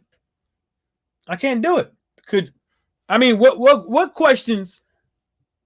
What questions you guys have in the chat? Or what do you think that is that, as far as what Billy Joe Sanders will give Canelo Alvarez a hard time? What aspect of Billy Joe Sanders would give Canelo Alvarez a hard time? What aspect? If is it his ability to get rough? Is his ability? Is it his footwork? What's happening? Yo. What's the question, bro? No, I was saying, damn, how many accounts you got? No. I'm just on this one. I'm always here. So yeah, man. Ask away, bro. Okay, my question was, my first question was this: What is Billy Joe Sanders going to do? What can Billy Joe Sanders do to beat Canelo Alvarez? Yeah, there's not much, to be honest. His resume, Arkabov, which he went the distance with at the Copper Box. He had a win against Andy Lee, which was like dubious. That Argentinian guy. He ain't gonna do shit, bro. Well, Pigeon, that's not what I'm asking. What I'm asking is Billy Joe Sanders' boxing abilities. What aspect that Billy Joe Sanders possess, or aspect that he possesses? Zero. Okay. Zero. He had a unanimous. No, he had a split decision against Chris Eubank Jr. when Junior had only been fighting 2 years as a professional and he had no amateur experience and he struggled in that fight and they were having arguments over who beat Nick Blackwell the best. Bro, that fight, Canelo against Chris Eubank Jr. is going to be an absolute, it's a non-entity. It's a non-entity. Do you know what that means? You know when you get the universe and there's things that fly about and they go up into the sky and he's not going to win that fight. No chance in hell is he going to win that fight. Okay. He's So putting you can't think of nothing that no. like is do you think there's something that he could work on to polish up? Nah, bro. It's all about muscle memory, what you've got in that. So it's all about your muscle. It's all about this. If you train, you're doing all that day in, day out. Listen, Billy Joe Saunders doesn't live the life that Canelo lives, and he can be training for the next year. He's going to get beat because basically that's why Roy Jones was so good and the Bernard Hopkins and James Toney and Antonio Tarver. A lot of people give Antonio Tarver a lot of hate. This guy was in the Olympics. You trained. These guys that are winning these titles now, and I'm not trying to shit on them, but come on, bro. They're not all that. They're not all that. And Canelo is probably the best of the era that he's in. We don't rate him, but he'll beat Billy Joe Saunders. Come on, bro. This is a complete mismatch. If he wins that fight, I'll dance around my city here, which is Birmingham. Not Birmingham, Alabama. Not Birmingham, Alabama. Birmingham, UK. Birmingham. No, the reason why I asked that question is because, people are sitting up over here talking about people. Look, you can sit up over here and say, "Oh, you want to see Undisputed." Hold up, what's up, Bruce? What's happening? Yo, bro. Oh shit, man! What's he up to? I heard that. Right. I heard that. Yo! What's going on? That. That's dessert, my man. Yeah. What's your thoughts on the? What's your thoughts on this Billy Joe Saunders? No, hold up, I was talking. Hold up, I got that. I'm the host. I asked the questions around here. Sorry, I was saying something, but I wanted to say hi to my mans before I got into the thing because I don't want him to just sit there and obviously he was preoccupied with some water contraption. Hey, I gotta get right to see you characters, man. It's all good, man. It's all good. Right. And this is what I keep trying to say is that the reason why I'm not trying to hit on these guys past fighters right now with these questions, and if you don't bring them up, that's great because that goes on to what I'm talking about. Because I want to try to utilize like more of the abilities that we see that these guys have in the ring, not against who, but the abilities that we exhibited that they have, and that leading up to this fight, Canelo and Billy Joe Sanders, the abilities that they just have in general, I don't think Billy has it to beat. He don't, bro. Canelo. He don't. He has nothing. All he's done, his best result was against Lemieux. But you see what I'm saying? There you go. Yeah. I'm not, you bringing up other fights. I'm not saying don't bring up other fights. I'm saying he just ran away for 12 rounds against Lemieux. Billy Joe Saunders ain't shit, bro. But that's what I'm saying. He's a fucking piece of shit. That's not what I'm saying. He's a piece of shit. You gotta listen, man. You gotta listen. Sorry, bro. Sorry. Listen. Sorry. Don't bring up past fights. let's just talk about boxing abilities, his footwork, his hand speed, his I jab, don't rate it. I don't rate it. the way his punch placement when it comes to the body, his punch placement when it comes to upstairs. You know what I'm saying? I don't rate How does he work out on the inside against? How is his work rate in the inside? How is his That's work Bruce. rate That's Bruce.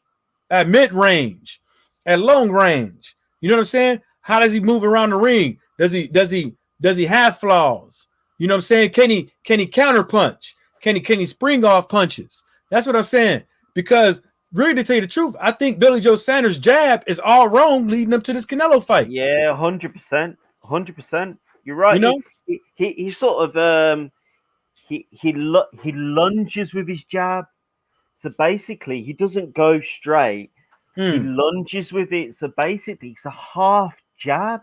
No, So you're right. he throws it You're right. different ways. He throws his jab different ways. But what I'm saying with his jab, look, with his jab, no matter if he lunges with it, no matter if he's off the back foot with it, no matter if he's in mid range with it.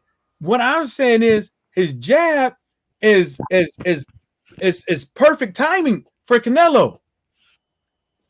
He throws that jab. He throws it. Anytime that dude gonna throw that jab, he's gonna get fucking thunderstruck. What is it? Anytime Billy Joe throws that fucking weak ass, slow ass jab, he's gonna get thunderstruck.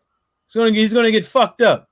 Yeah, 100%. If he and them looping punches he throws, yeah, they good to kind of keep your opponent in front of you, even if you hit the gloves to try to get him off balance and stuff. But guess what? He's going to see that shit coming. Yeah, Canelo's worth more than this fight, man. This character's calling himself the face of boxing. Let me use the bathroom real quick. Go ahead, Bruce. Dude, there's like about 5 fighters that Canelo has to fight, at least 2 or 3 of them, and that would be Andrade, Charlo. We're going to throw. Excuse me. Wait. Okay. Yeah, he's got to fight better competition because it's a joke who he's fighting right now, man. And anybody that pays for that is even a bigger joke. You know. Yeah. I agree. Dude, he and he's got a following too that they're worse than Trumpaholics, man. You know, you can't say anything bad about Canelo. Yeah. They think he's the greatest pound for pound, you know, the greatest out of Mexico. Come on, man. The guy's career's not even over yet, and they're already putting him on such a pedestal where fighters have to demand a fight with Canelo. Man, come on. Everybody's challenging him, no? Yeah, I think boxing fans are being we're being sidelined in terms of where we should fit into a community, whether we should fit into a certain block. But I completely agree with you, bro. I'm not. Let's be honest, man. His 43rd fight. Now I'm not looking at box records against Floyd Mayweather. I think he was 21 or 22 then. He's only fought 10 fights since then, or 11 or 12, and they've been complete tomato cans. So Bruce Goes is right. What Bruce Goes is saying is basically we want to see him in a good fight, man. We don't want to see none of that fucking shit that we've been watching. Is pissing people off. Absolutely. And some people actually justify this garbage too, man. You know, it's pissing people off, man. Hold on. Give me 1 second.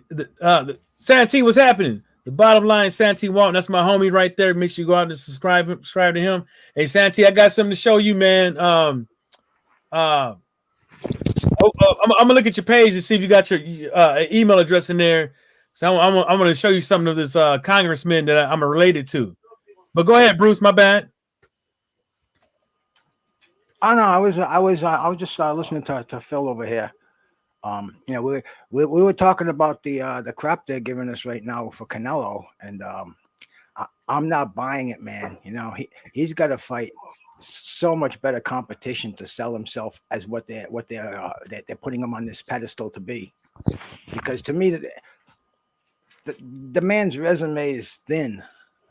You know, Yeah, he's ducking the competition, and it's right there. He's got the best middleweights and super middleweights in front of him, begging to fight him. Man, he's the golden ticket. He's going to get yeah. them rich, and they're not going to turn a fight down with him. He's the one turning the fights down.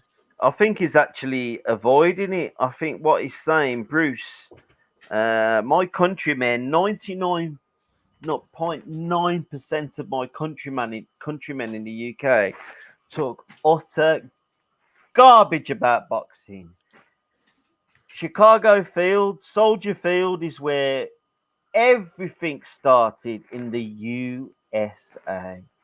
Just because the Lonsdale belt says Lonsdale on it, the biggest fights and the biggest names in boxing have always been in America. And basically, my take on the whole of boxing, and particularly at the moment, get the fight sorted. Let's get these fights going on.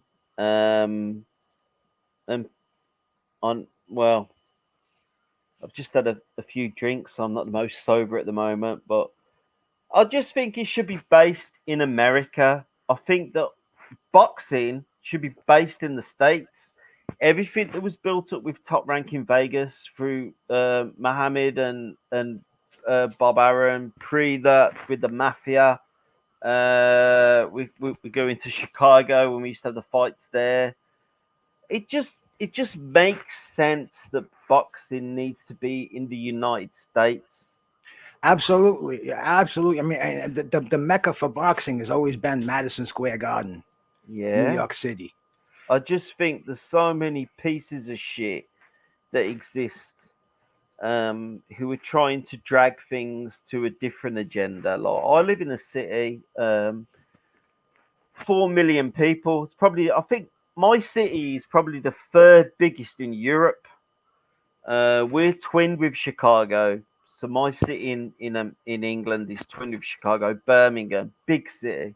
Second city in the UK.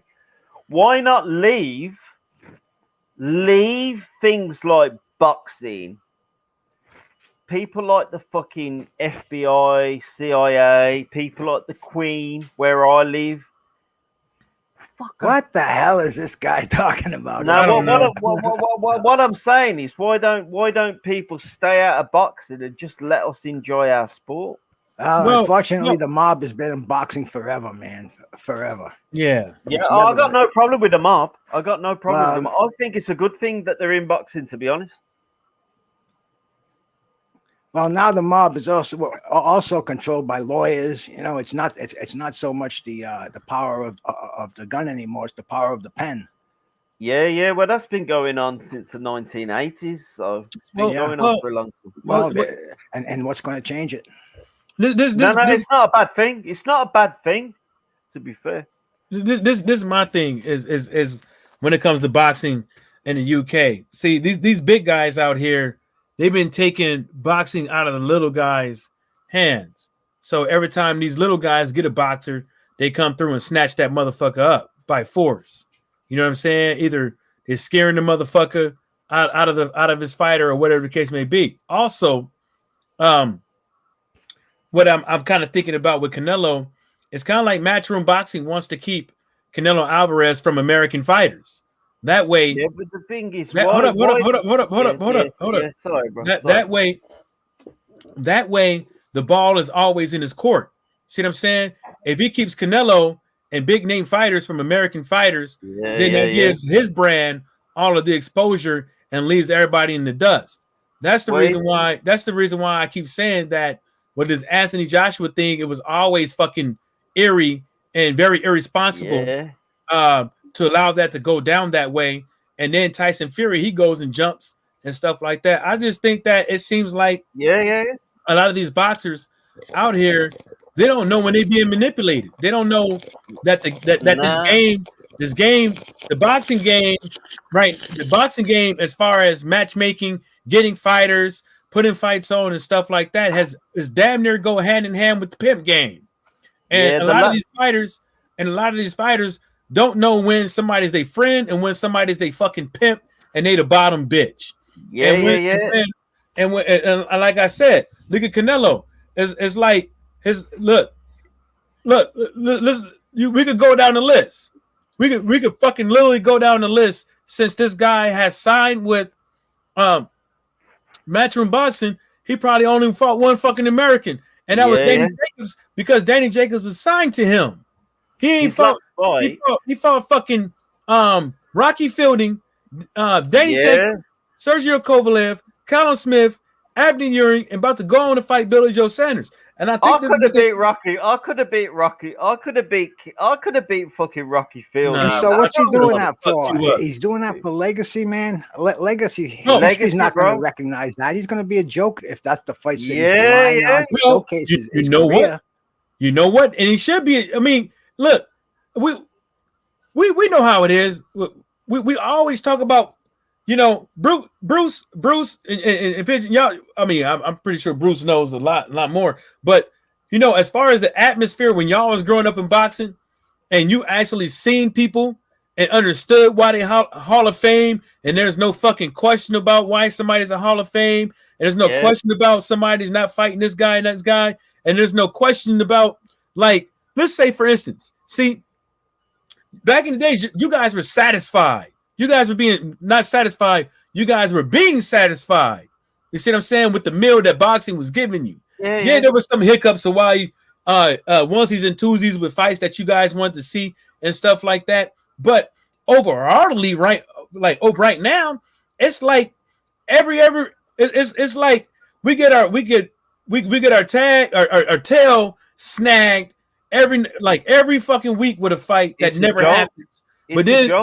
But then they expect all these YouTubers out here to talk about the shit to keep these bugs. To me, I'm telling you, this is the fucking pimp game.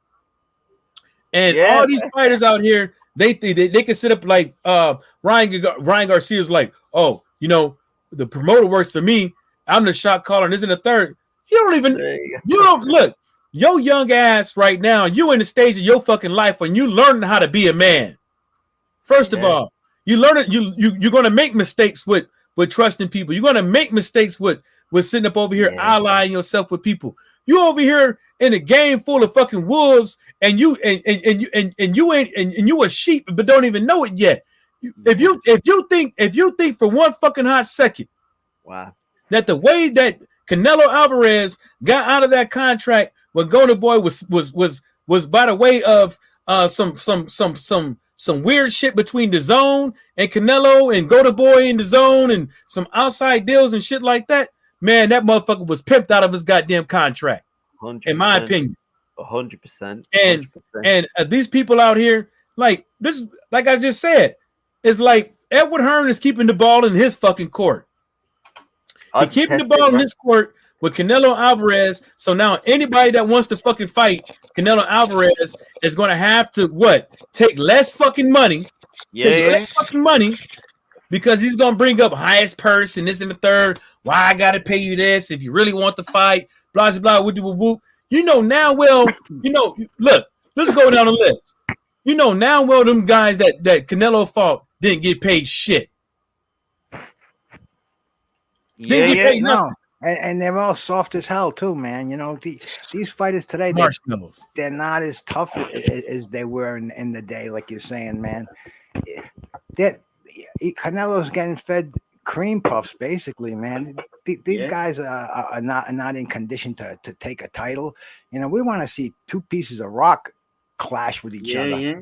My father used to fish. He used to do fishing with Barry Hearn years ago. I'm 51 next year, and they're the biggest racist organization, Matchroom, on the whole planet. So if you want to know about them, well, you know, dude, I go to basically.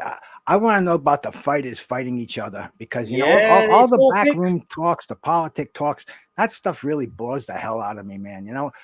You got to stay on it, though. You got to stay on it. Yeah, somebody does, man. But I want to see the fight signed, man. We're talking about Canelo. You've got to stay on it. I'll tell you what. Listen, you need to stay on things because in Yeah, but terms of the how history. stay on things is by what reading about them, and we're not going to No, change. We're not going there's to change that always stuff. like you. Yeah, I know. Like what you said earlier. I used to work originally when MTK was set up. There used to be a bar where I live in the city that I live. I used to serve beer, and that was where MTK originally set up. And I was a barman there for about 4 years. Used to have strip clubs, people, fucking women with their tits out. And I was like a teenager. I'm going back to the 1990s, early So you didn't get 1990s. no fucking tips. You wouldn't give me any money, would you? Really? Nobody fucking gave your ass a fucking tip. But You it can't wasn't pour. about that. You But it can't wasn't pour a proper. You can't pour a proper fucking pint. Come on, man. but it wasn't about me. It was about the women because they used to have tennis rackets, and they used to walk around with the tits out. So years ago, back in the 1990s, you've had this in America as well. It's not just an English thing. There used to be topless clubs, so you could go and you could. There were thousands of these places. Obviously, What in the world does this have to do with boxing, dude? it has Yeah, it I has don't a know.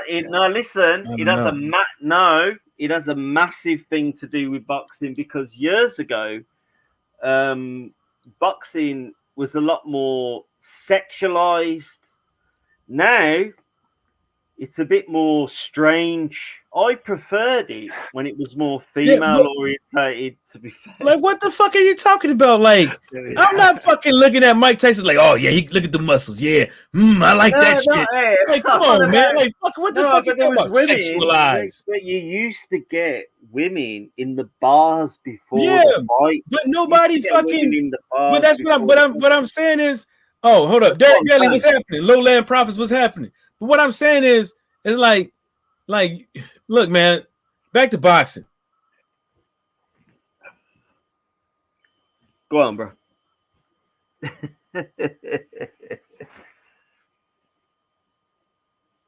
Hello? You want me to continue? You know, talking about story, man. Shit, god damn, bruh. Oh, it might be slower, man. But yeah. But in You terms thought of you was gonna have a boxing story, not the time when I was 19 and used to look at tits for free. nah, but boxing used to be all entwined in that culture years ago. So it was a big thing then. To be fair, which was good. To be fair, I preferred it. I preferred it when boxing was more like that. To be fair, now it's a bit more sterile. It's a bit more. It's like going to the dentist. Then you're like, who's gonna take what stuff out? And I think boxing now is a lot more sterile than it used to be. It's a bit fucked up, to be honest. I Yeah. think boxing's just gone wrong. Hello? It might be my connection, but there you go.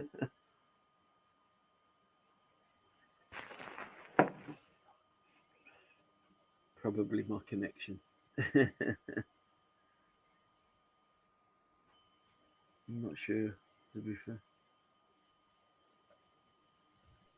Close that.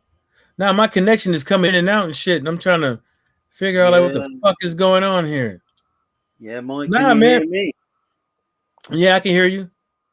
Yeah, bro. What I was just saying in that it was all like years ago. The films were better as well, bro. In the 90s, the 80s, it was a lot more sort of sexualized. I liked that about boxing years ago. I liked it, man. I enjoyed that. Can you But hear me? that's what we're saying is like,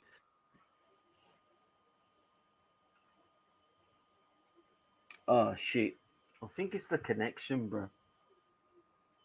Yeah, it's the connection.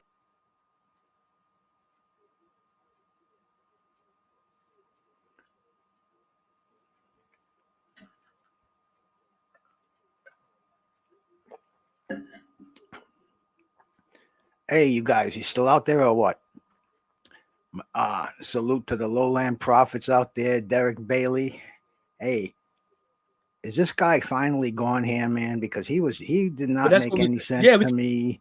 Don't please let's keep this boxing. This guy is like, man, I don't know. I can't do enough bongs to tolerate the character. To be honest with you. I'm. I just try to be nice, man. No, You know. I see him all over the place, man. He knows he's the classic troll. I've seen him get bounced in about 4 different rooms today. He's he's got a loser star boxing, pigeon Mike Tyson.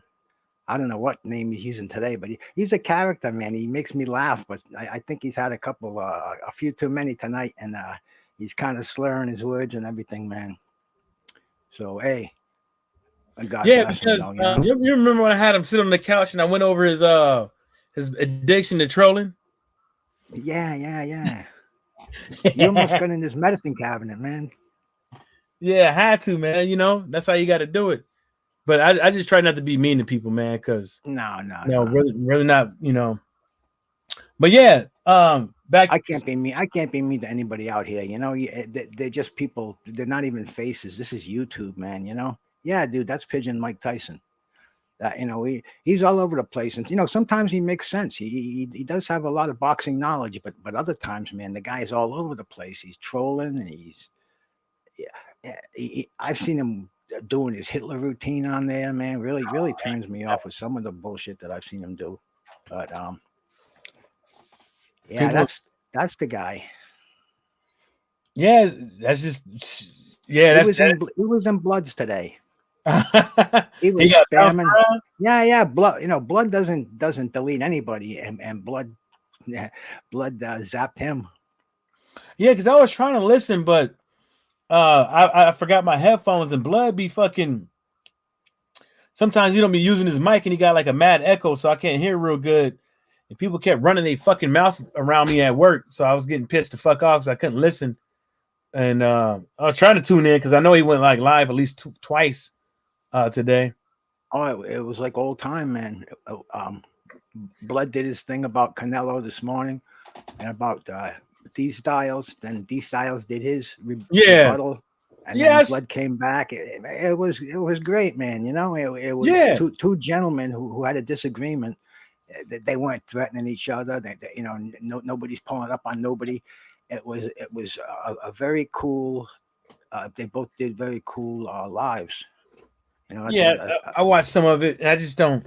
It's like one of those things, like that I know, like you say certain things about Canelo, somebody's going to say something about it, and the fact still remains is that Canelo Alvarez is past the time for needing support from boxing fans. He's past that time.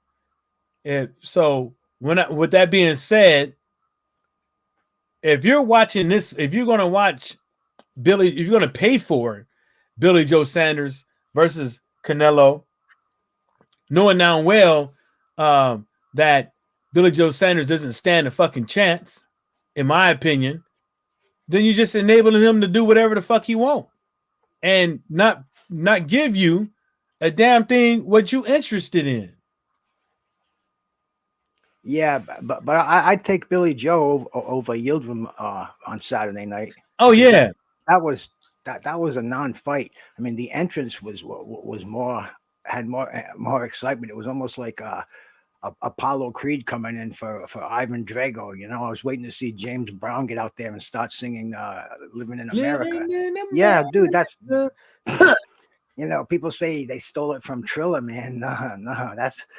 You go back and watch the movies and the old Rockies, man. That's in there almost. Yeah, but they had that dude waiting for like a good 10 minutes. Yeah, well, I really dug the way that they spaced that out because you could watch the Darrell fight. And then they had the time in between, which you didn't have to stick yourself to the TV and watch that stuff. They were just, they were putting Canelo on a pedestal, and telling us how great he was and how many belts he carries. And dude, I was all over the net while they were doing that, and then I came back and I caught the whole fight. So to me, it was nice the way they spaced it out like that, because I hate when they overrun these fights. Yeah, that was one of my things too. Like I was thinking before the fight, and I was like, wait a minute, they still backstage. Yeah, man. Back in the old days, you have a VCR, man. You could tape one and watch one, but it's much too complicated to do that today for me, anyway. Yeah, but I just, I think I like what Blood had to say about it, the situation. I just, people keep thinking that I don't understand why when you say something bad about when you critique or you say something that's against the grain with a fighter that you can't fucking hold them in high regard, to a higher standard. If you're saying you was able to get a franchise, you was able to ask for a franchise tag and get a franchise tag. Then you was able to fucking sit up over here and go and fight whoever the hell you want at 168. You know what I'm saying? Like, let's keep it real. Like, at the end of the day, like I was trying to ask, Pigeon Tyson, dude, like, what is it about what attribute does Billy Joe Sanders possess, or attributes that Billy Joe Sanders possess, that you can say he's going to get up in here and beat Canelo? Well, I'll watch that fight, because to me that's a fairly interesting fight. At least Canelo's stepping up a little bit. He eventually has to face the fighters that we mentioned. He has to go for the best if he wants to carve his name in history books. Aside from that, man, I don't have any feelings one way or the other. Canelo or any boxer. I mean, I learned a long time ago, man. You watch the boxing. You don't watch the boxer. You don't fall in love with the boxer. You fall in love with boxing, because, man, everybody has a favorite fighter, and I don't do that anymore. I don't fall by any fighters. I go for the quality of the fighter. I don't root for anybody. I root for a good fight, man. That's where it's at for me. I could care less if who wins the fight personally. I just want to see a good fight. Yeah, once in a while I'll back a fighter. It would be a fighter from my state or somebody that I've been following for a while. But my day is going to go on whether they win or lose. It's not like I'm not invested in them so much. I see some people that they get so personal about somebody else's opinion, man. Everybody's got their opinion about a fighter, man. I got my opinion about all of them. It's my opinion. It's not even worth arguing about, because everybody has an opinion. So, man, Yeah. Whoever wins. Yeah, but that's what I'm saying though. Is like, I'm gonna watch the fight, but I'm not paying for the shit.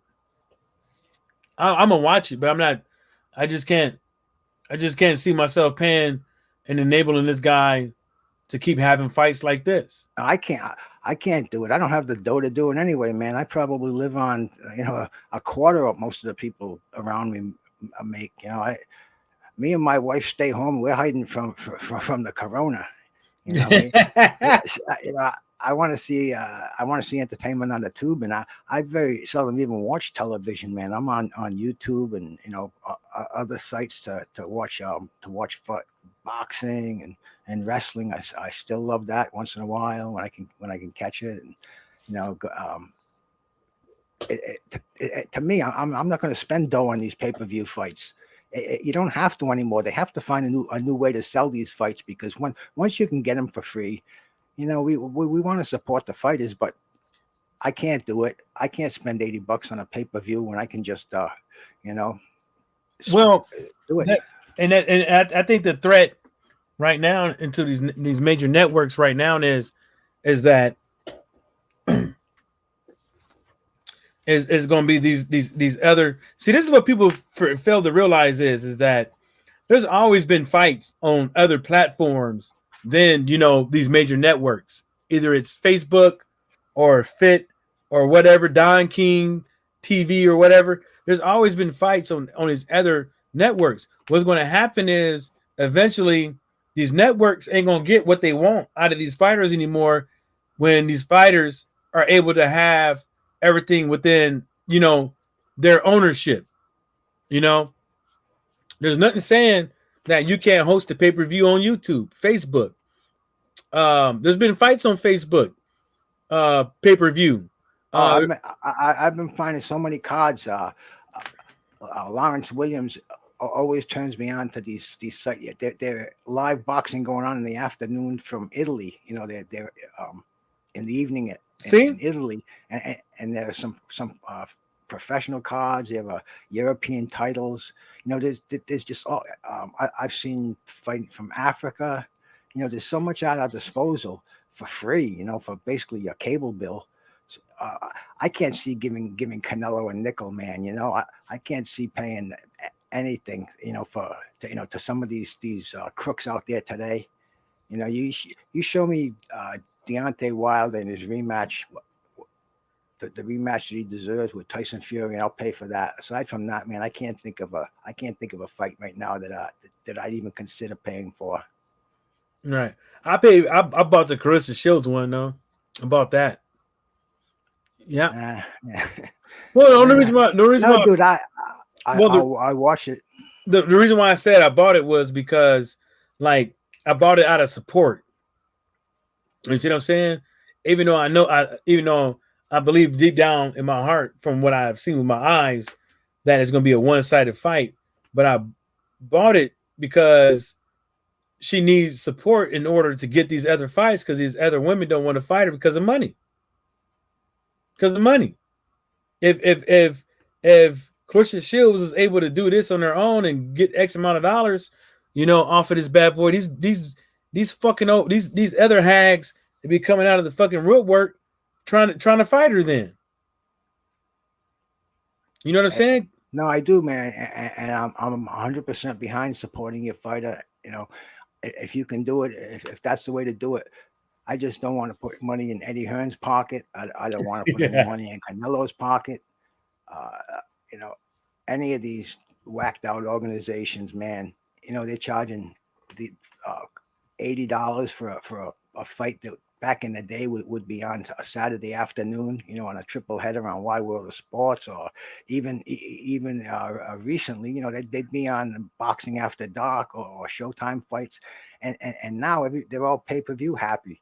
Yeah, I like these boxes as much as the next person, but I just can't see having these fighters that they're basically young professionals on their first reign with their belts, and they're whacking us with pay-per-views to see that, man.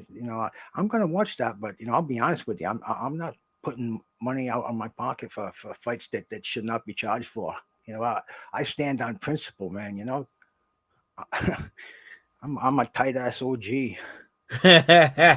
But like Derek said, the Clarissa Shields is only $30, and I just thought it was just to help her out a bit, man, so we can see these other fights, man, because these guys out here, man, I'm telling you, they fucking.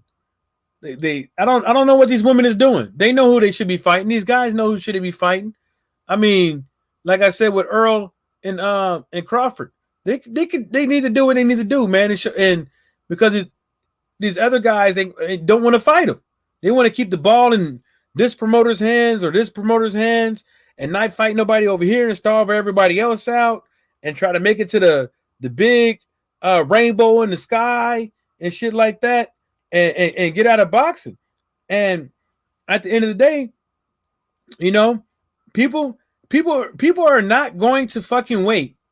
People are not going to fucking wait till tomorrow to critique Canelo's fucking career. You can't sit up over here and say, well, Canelo becomes undisputed, at 168, he's a Hall of Famer. Fighting who? Yeah. You shouldn't get no fucking accolades for that. it seems like this era of boxing is going to go down as the era of fights that could have been, because we've got so many fights out there that just it's a sin that they're not being made. You know, the lightweight division has got 4 guys claiming to be the kings of that division, and they're not mixing it up. I mean, that's unheard of. And anybody with any promotional sense would see a gold mine right there. You could turn 4 into 1 in a series of 3 fights that would sell through the roof. And I don't understand why these people don't see the business of it all and get together. You know, I've seen this happen in the past, man. I've seen Don King and Bob Arum co-promote fights, huge fights.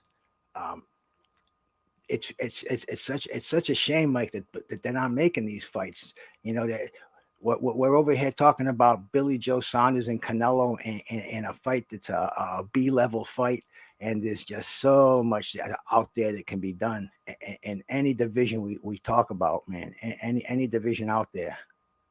Like, if I was, if I'm a pretty, I would like to call myself a pretty decent boxing fan, and um, the way I put this is, if I was a millionaire and a boxing fan, I would hit a whole bunch of fighters up and be like, hey man, I'll give you 250. Oh, okay. Try to see if I get the Anderson, get Anderson on my card, get get Foster on my card, get try to get as many people as I can on my card, and host it as a tournament. Losers get less, winners get more. You know what I'm saying? Like, I don't understand how you can't make these fights when all these fighters out here are screaming to get paid. All of them. They're not getting paid 250 right. Anderson ain't getting no 250 right now. Um, the what's that name? The coffee guy ain't getting no 250 right now. And none of these guys get no 250 right now.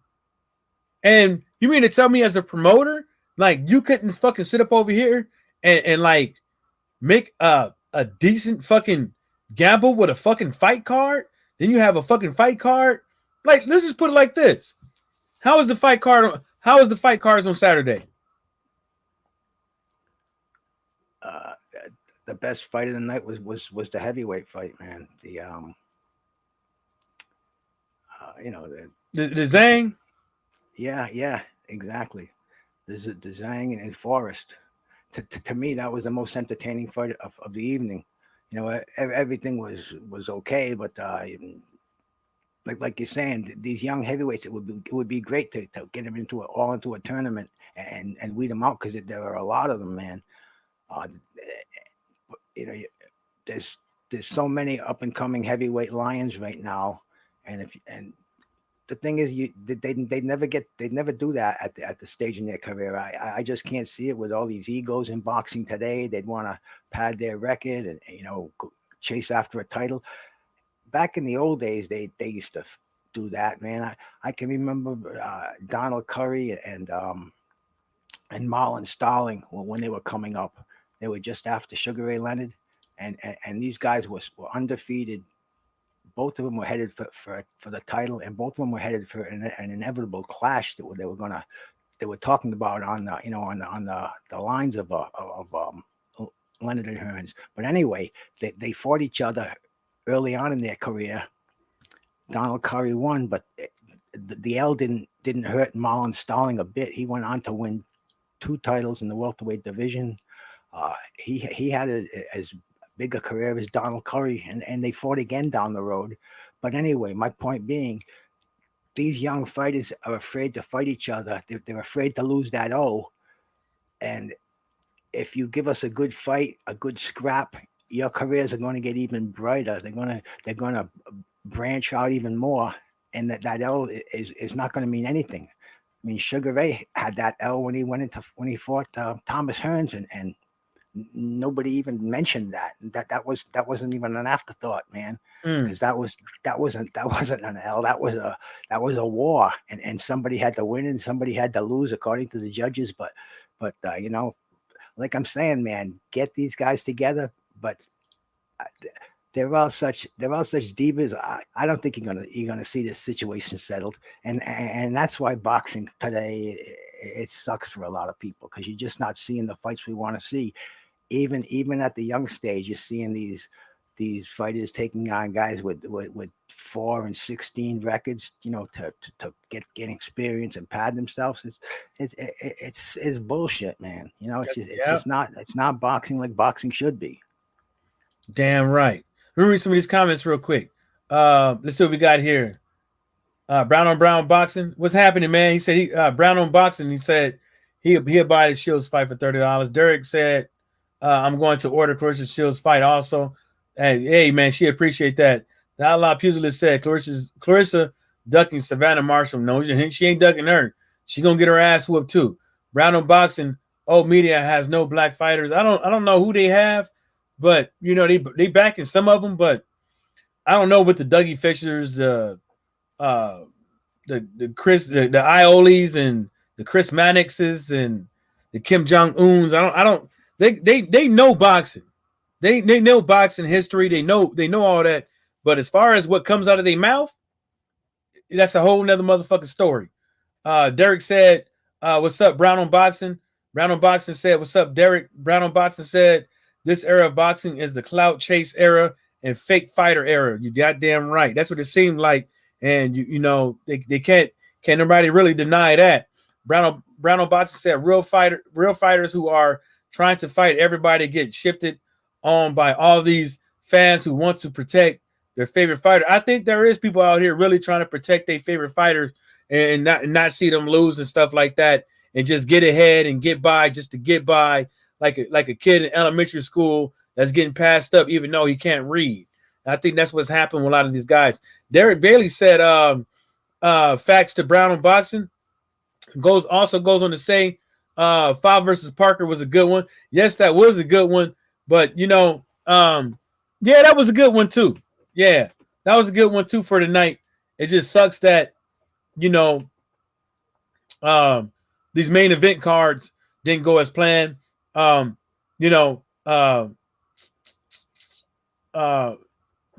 tried. I don't know, man. It was a decent scrap, but it wasn't all that to me. But it was better than watching Yurdam. Brown on Boxing said Darrell versus Davis was the best fight on Saturday. I think, yeah, like I said, I think that was a good fight. I just think that people better be ready. People better hope that young buck that he fought don't learn a thing or two, because he just needs to get on his defense more, man. And I think that'll help him out a lot. Brown, he took that fight on short notice too, didn't he? Yeah, I think so too. Because the way it was being announced, they were almost calling it a shutout for Darrell, and I wasn't seeing it like that. I was seeing a pretty close fight. Now I thought Darrell, I give him the edge, but Davis looked pretty good. Did you see the size of his legs, man? I couldn't believe he had such a low knockout percentage with legs like that. He had legs like tree trunks. That's what a power couldn't do nothing with it. Couldn't do nothing with it. No, unfortunately, but he held his own in there for he was in ready to take the fight, and he was in good shape. He went the 12 rounds. Yeah, that's what I'm saying. Is like people better be shit. You better watch out for that young buck. He learned a thing or two. It's gonna be a wrap. He got some decent hand speed too. He got some good hand speed. It's just get back on that defense. You know what I'm saying? And Darrell, I think is about ready to hang it up too, man. I don't know what's up with that dude, man. He's just from listening around, I heard that he wanted to retire, but his wife convinced him that he still got it in him. And if that's why he went in the ring, man. No, I don't think that's what it was. You know what that was? She putting that sweet trap on his ass and telling him to go make this goddamn money. That's what that sounds pretty logical to me. Yeah, he put that sweet trap on him and told him to go make this goddamn money. No, he's paid his dues, and you just look at his face. It was battle scarred. Um, he wasn't slipping the punches like he used to. Um, Yeah, and how they could call that fight a title eliminator. I never heard of Davis before that, and this was a why didn't they just have Darrell fight uh, Canelo? It was that on wasn't gonna fucking happen. they both fought on the same night, and That would have been better than that. it was the title eliminator for Canelo's belt that I think he I has think right now. Canelo would have knocked Darrell out, but I think that at the end of the day, at least he would have fucking put up a fight. And it would have been entertaining, and I think it would have even been profitable because that Dolphin Stadium, man, that Mm. looked like a bubble. I don't know how many people were in there, I but think they had 50% capacity. 50%. I think they said sold out. Yo, you know what? Can't no way in hell that stadium is 35,000. They said 15,000 tickets sold out. It didn't look like it to me, man. That's what I'm saying. It's like I don't think so because I think it fit more than 30,000, 35,000. So I'm like thinking in my head, it's like, but I just like whatever, man. You know how people new commentators they get on it just Oh yeah, well it's their job to pretty much sell the whole venue. I've been at fights before that where the arena was half full that were televised where they called everybody to come sit at ringside, so they had the illusion of a sold out fight, and the cameras kept it to the to ringside seats. Oh, I got another thing. What do you think about? I didn't care for it. I think they should never. I understand why they had him on, but Ryan Garcia no. I wasn't even listening to him. I was listening to I think I was listening to the OG during that pre-fight stuff with Ryan at ringside and my girl with the boots on. All it was me, my boxing, me, and he don't know what it was like. What do you think Canelo's going to do with that? With this, he's like, well, he don't know nothing about Canelo Alvarez and how he fights. Nothing. Probably never even watched him fight. This is let me read some of these comments. Brown on Boxing said this era of boxing is I read that one. He said real fighters who are trying to fight everybody. Yeah, I read that one too. Derek Buddy said 5 versus Park was pretty good. Brown on Boxing said Darrell versus Davis was the best fight on Saturday for the night. Brown on Boxing said we the boxing public deserve what we are getting because we are not united as fans and getting the best fights. Yeah, you're right. We damn for sure allowing each other to get, suckered into these horror bumming them up fights. Derek Bailey said Davis was coming up in weight. I think that was his first fight at 168. Damn, that fucking sucks. That damn, they try to put that boy in a bad pickle early in his career, but he took it. He did. But no, Brown on Boxing is right because I come from the spoiled era, man. We were fed such good fights, and they were it was almost on a monthly basis. And even before that, I'm going to go back to some of the best fights that we saw.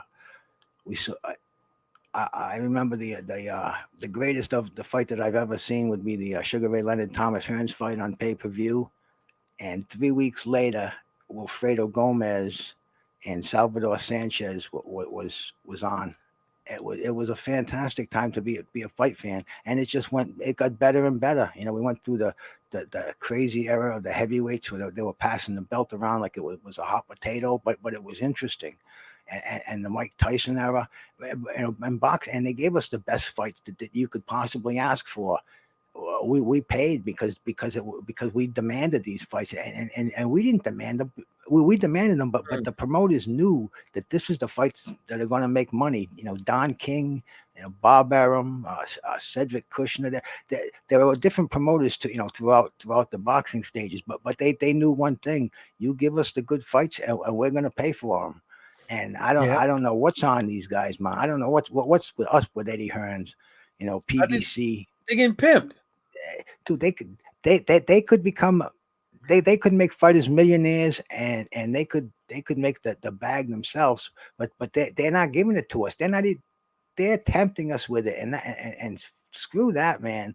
You know, if I hear about the Bud Crawford and Errol Spence fight, you know, this one and that, I want to see this fight being made. That, you know, this if this fight doesn't get made in our generation, this is going to be a shame. You know, this is going to go down as a humiliation of a generation. I Because think we could already say that nah, because it has to be made. the reason why I can say that is because it's been like fucking 5 years, dude, and he still ain't been putting on nothing. Well, it might not be when we want it, but look what they did with Manny Pacquiao and Floyd Mayweather. You know, Yeah, I mean, they finally brought them to. because some ingenious promoter is going to understand the money of this fight and how it goes beyond just boxing. It becomes an event, especially today where we're talent starved, you know, for competition. But Bruce, like, can't everybody do it like that though? You know what I'm saying? Can everybody do it how Floyd and Pacquiao did it? You know, but everybody want to do it. But Spence and Crawford could do it. Yeah, I think so. But you know, I think if Canelo would have fought one of them and one of them would have happened to win, same thing with Triple G and stuff like that, and you know some of these other guys around, I think that was possible. Let me knock some of these comments out. This Edgar Glasschin said, "Look, man, if you're gonna come up in here, the Edgar guy Glasschin, you gotta explain what you're talking about. Not just come up in here and say, why am I ducking Benavidez? Why am I scared of Benavidez? And I'm a hype job. Benavidez got his own fucking problems. And I'm going to tell you that with his own problems contractually and shit like that. So don't bring that up in here. And his RB26 GTR, going to say, why 78 kick Fanon out of the LDBC? I don't know nothing about that. Go ask 78. Go ask Fanon. So, and I'm pretty sure you get kicked out of the chat. So go ask them. So just so you can get kicked out of the chat. Edgar said, but why am I? Answer what question? You said, but why am I ducking dough? This guy's spamming, I think, man. Ask me a question. So you're going to explain yourself, and then I'll answer your question. But, you know, yeah, Bruce, man. Oh, was you still saying something, Bruce? No, I don't believe so. Yeah. I don't remember what I was saying. Edgar Glass. Well, Edgar you don't mind if I send this guy to give you got one more. You got one more chance. If you because you're coming off as a troll, you got one more chance, man. You got to go. I think he's got to go now. Go ahead. It's your business. Damn, you didn't waste no time. Was that the mouse I just heard? Yes, sir. Damn. As soon as I said it, all I heard that mouse click.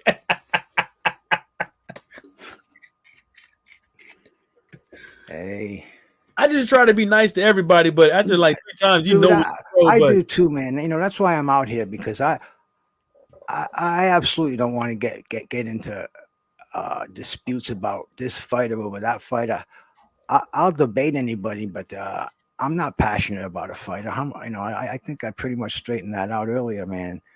I'm not going to lose any sleep. My income's not going to change. No matter who wins, I want to see a clean fight. I want to see a good fight, and man, that's going to make my day. God bless the winner. God bless the loser, man. Damn, these motherfuckers. Anyways, fuck they. What I want to. I guess when you put Canelo Alvarez pound for pound, that's when.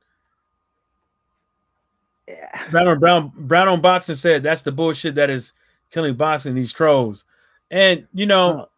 Well, it's killing this internet. It's killing the internet. And I don't even know if it's killing them, man. It's it all depends on how serious you take them. Because I'm listening to what's coming out of Mike's mouth over here, and you know he's talking boxing. You know these trolls are they're in my right eye, but they're like a fly in the ointment. You know we can slap them. That's why you got your wrench, man. You see him out there, just erase him.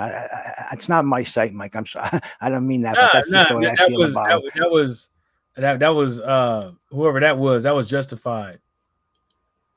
It's Pigeon Mike Tyson. Yeah, it's personal insults, man. Racial talk. That's all bullshit. We're here for boxing. He looks like it's it's funny. I think they troll in packs, really do. And I don't know how they do it. You get rid of. I don't know if it's one guy with all these accounts or if it's a bunch of them. Trolls going around. It's almost Like, like skeet shooting. You know what I'm saying, man? spam them, charge! Really? Like Minutemen back in the days with their fucking muskets.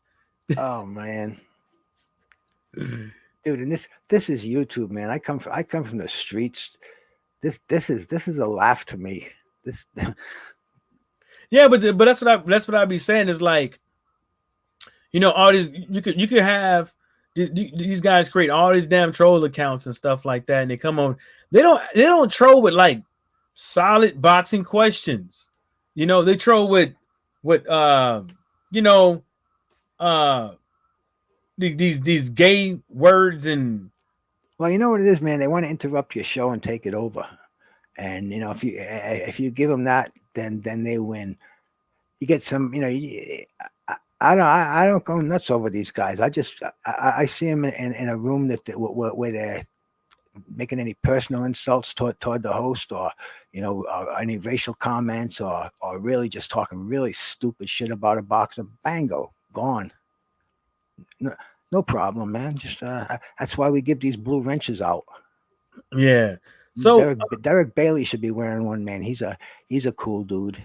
He'll speaking of patrol. He'll oh yeah, patrol yeah, that. yeah, yeah, He'll yeah. I patrol forgot. that chat for you, No, I man. forgot. I saw Derek, but I thought he was already blued up. So Nice. I have a question though. So we've been talking all this stuff about Canelo. We got another guy that's not in the same shoes as Canelo, but is walking around here like he has a license to duck, and pick and choose who he wants to fight when he hasn't even fought anyone yet. Ryan Garcia. Oh yeah. Well, 8 million, 8 million followers on Instagram is his claim to fame. Ryan's got talent, and if he wants to prove it, he's got the guys in front of him who he's chirping about. He's chirping, and they're saying, "Come on and get it, man." You got 3 guys there.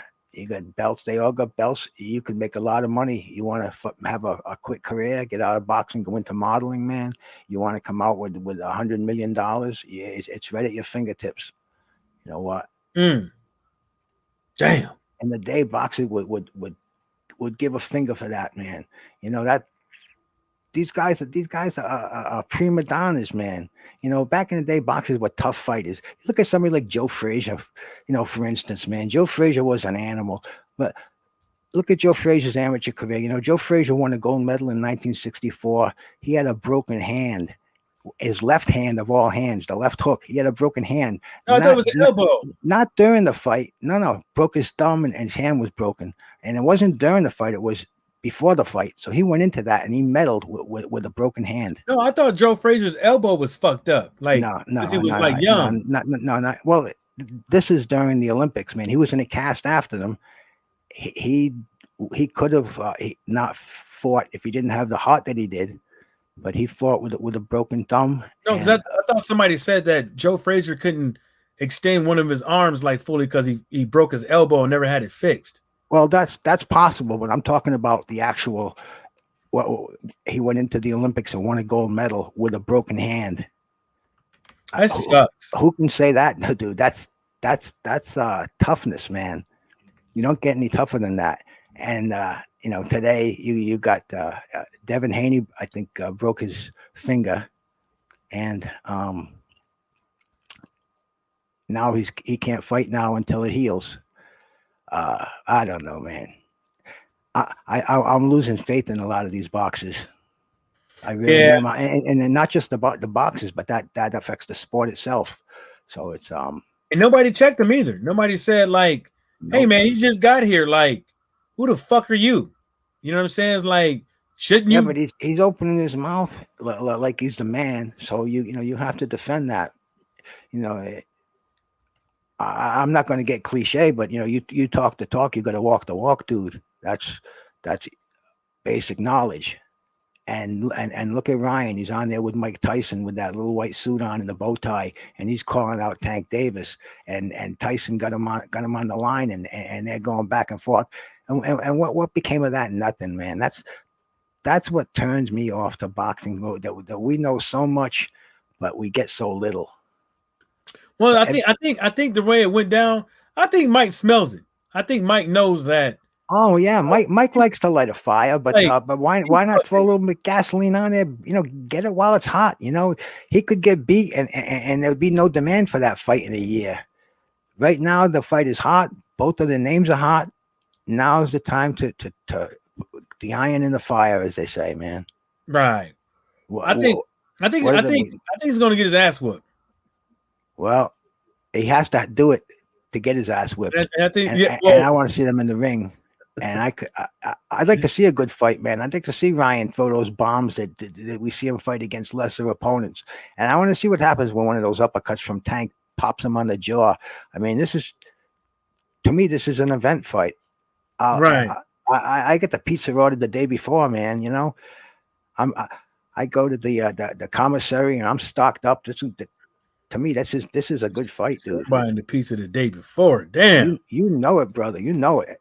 I got these socks my sister gave me for Christmas. It says "Do not disturb" on one, and the other one says "I'm watching boxing." Damn.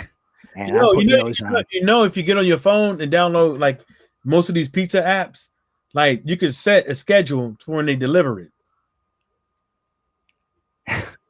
Did you know that?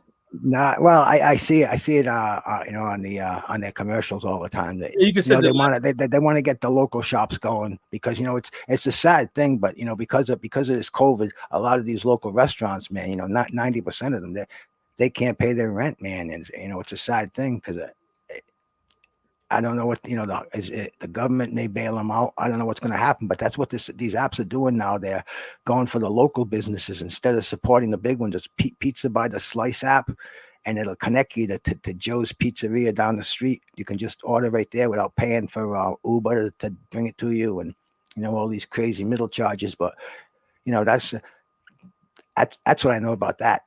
No, I didn't know nothing about that one. So what else we got here? So we talk about the Ryan Garcia. We talk about that. Oh yeah, I wanted to hit on that. So the reason why I was saying I brought that up because when he said that he had whooped Tank, man, I thought that was a real slap in the face for him not to make the fight because he feels that he might have opportunities like Pacquiao and stuff like that. But really, to tell you the truth, the guy is a talented boxer. Everybody's is putting the that on his shoulders, his promoters, these networks, and they literally put him on fucking camera just so he can show his ass. He was, you know what I'm saying, just so he could sell his fake ass personality, his shot callerism, and all this other stuff. But he didn't show the power and abilities to do what needs to be done as a fighter and make these fights. And I thought what they're doing is that it's his brand, and they're trying to sell us the sizzle, and they're not trying to give us the steak. Yeah, they're trying to sell us the fizzle, but not give us the fizzle. They're not giving us the steak, but not the fizzle. Exactly. But that's what they're going to do until we see him in the ring with one of those four guys that he's chirping about, and they're chirping about him. We're talking in circles. We're beating a dead horse. I don't understand. How he makes his money modeling men's underwear or something. Dude, if I were Tank Davis, I would shove that in his face, and I'd have a multi-million-dollar fight signed in days. The ammunition is right there. The opposition is right there. The demand is right there. Come on, man. Mike would have said, "Come here, white boy. I'll Come here. Hey, man, one thing about Tyson is Tyson gave us the fights we wanted, man. You can say what you will about him, but you remember living through Tyson's championship reign, from like 86 until 89. I put it like this, right? I was born in 86. Oh, dude. Right? Remember, he knocked that dude out in the beginning of '86. I think it was like January or April. He knocked this one dude out in it was like the first round. I remember watching it a couple years ago. The first round, the dude fucked it off, and Mike ended up knocking him out. Right. It was one of the fights where they start swinging at the end of the bell, and the trainers had to get in and grab him. Oh, I think you're talking about Riddick Bowe with No, it wasn't Riddick Bowe. It was another dude. It was I'll find his name. But anyways, like the way I put it is, Tank. Yeah, I think. But that's another thing too. It's like some of these boxers, they just don't like to do none of that shit to try to get these fights. Like they have also arterial motive with it too. You know what I'm saying? Dude, to me, a boxer boxes. Anything else is bullshit. I'm a fan of boxing, man. Ryan Garcia's got a name. I want to see him. I want to see him go far in the sport. But like my boy Brown on Boxing says, Ryan bubble about to burst. Oh, I was talking about Jesse Ferguson. Oh yeah.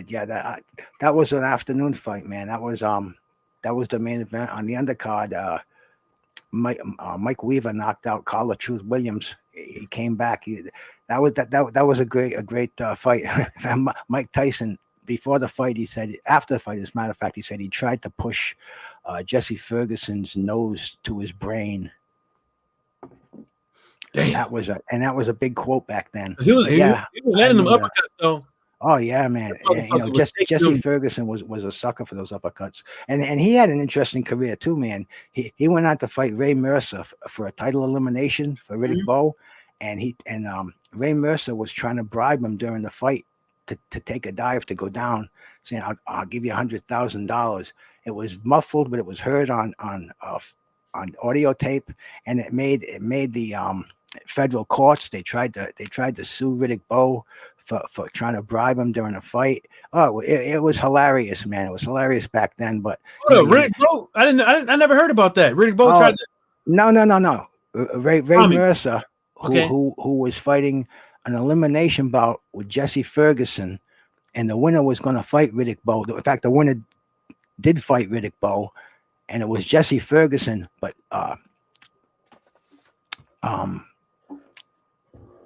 Ray Mercer was in such bad shape during the fight. He was expected to win, but Jesse Ferguson was slapping him all over the place, and Mercer was caught saying to Jesse Ferguson, "Man, I need this fight for a title fight, $100,000 if you go down." And he didn't do it. Ferguson won the fight, went on to fight Riddick Bowe, got his ass kicked like you wouldn't believe. But anyway, it was a real interesting part of boxing back then. We weren't told much, but this was one of the things we were told. It was just very important. It was a bribe in the heavyweight division in boxing. It was taped. A boxer actually telling another fighter to go down, and he'd pay him because he had a rainbow at the end of the he had a pot of gold at the end of the rainbow, which he never got to. Yeah, he would have got knocked out too. Well, Ray Mercer was a tough son of a bitch. I don't think he got knocked out till very, very late in his career, if he ever did. Because I watched some of Jesse Ferguson's fights, and he had a little pop. He wasn't no punk. But Now I saw Jesse come up through the ESPN, the Tuesday night fights and the ESPN era. Jesse Ferguson was pretty good, man. I think he might have even won a heavyweight tournament that they had back then. But when he got into the class with the A fighters, he was an opponent. He never could crack it. He did beat Ray Mercer that one fight, but he was always an opponent. Tough. Do you remember like the first round with Mike? How like I don't even think he swung in the first round. With who? With Ferguson? Ferguson and Mike. Like he might have swung like maybe 5 times in the first round. Nah, see, that was when Tyson was coming up. When he was coming up, and he was a young fighter. I watched that fight, but I was in and out because I remember that day I had a lot going on, and like I was saying, man, the prelim is what really impressed me. But that was when Tyson was indestructible. He was climbing the ladder to that inevitable fight, for his first title with Trevor Berbick, where he had that famous one punch that knocked Trevor Berbick down like 4 times. Mm. He got up, he went down. He got up, he went down. But he had but Mike had multiple, and that's the thing that like fighters back then they had multiple like go-tos. Like now, a lot of these fighters now, even in the lower weight division, not just talking about the heavyweight, like they don't have multiple go-tos. Like Mike had a hook, he had a body shot. See, Mike was a student of boxing. He lived with Customato, and he had that head on your motherfucking face. He had a complete boxing library. Like we're on the internet over here. Mike Tyson would be watching a Charlie Burley fight. He'd be watching Sugar Ray Robertson and Jake LaMotta. He was a student of the game. He knew offense, defense. He was a smart fighter, man. He had a plan B and a plan C. I got a question for you. So whatever happened to the other guys, the other trainers with Customato, like whatever happened to them? Like what happened to with their careers? Okay, you had Kevin Rooney, who was when Mike Tyson when Customato died, Cus put Mike Tyson's hands in Jim Jacobs and Bill Caton, who were the manager, and they managed Mike Tyson, and Mike Tyson loved Dave Jacobs like a father. They had a very close relationship where Bill Caton, on the other hand, was more of the businessman. Well, anyway, when Mike Tyson when he died, they had the funeral, and Don King was there. Fuck. And and Don King saw how he could wedge in there. This was the Jacobs funeral. This wasn't Customato's. This was Jacobs, because Dave Jacobs was taking very, very good care of Mike Tyson. When he died, Don King saw the wedge. He got in there, and during the Mike Tyson and Michael Spinks fight, Bill Caton and Kevin Rooney were both served their termination notices right after that fight.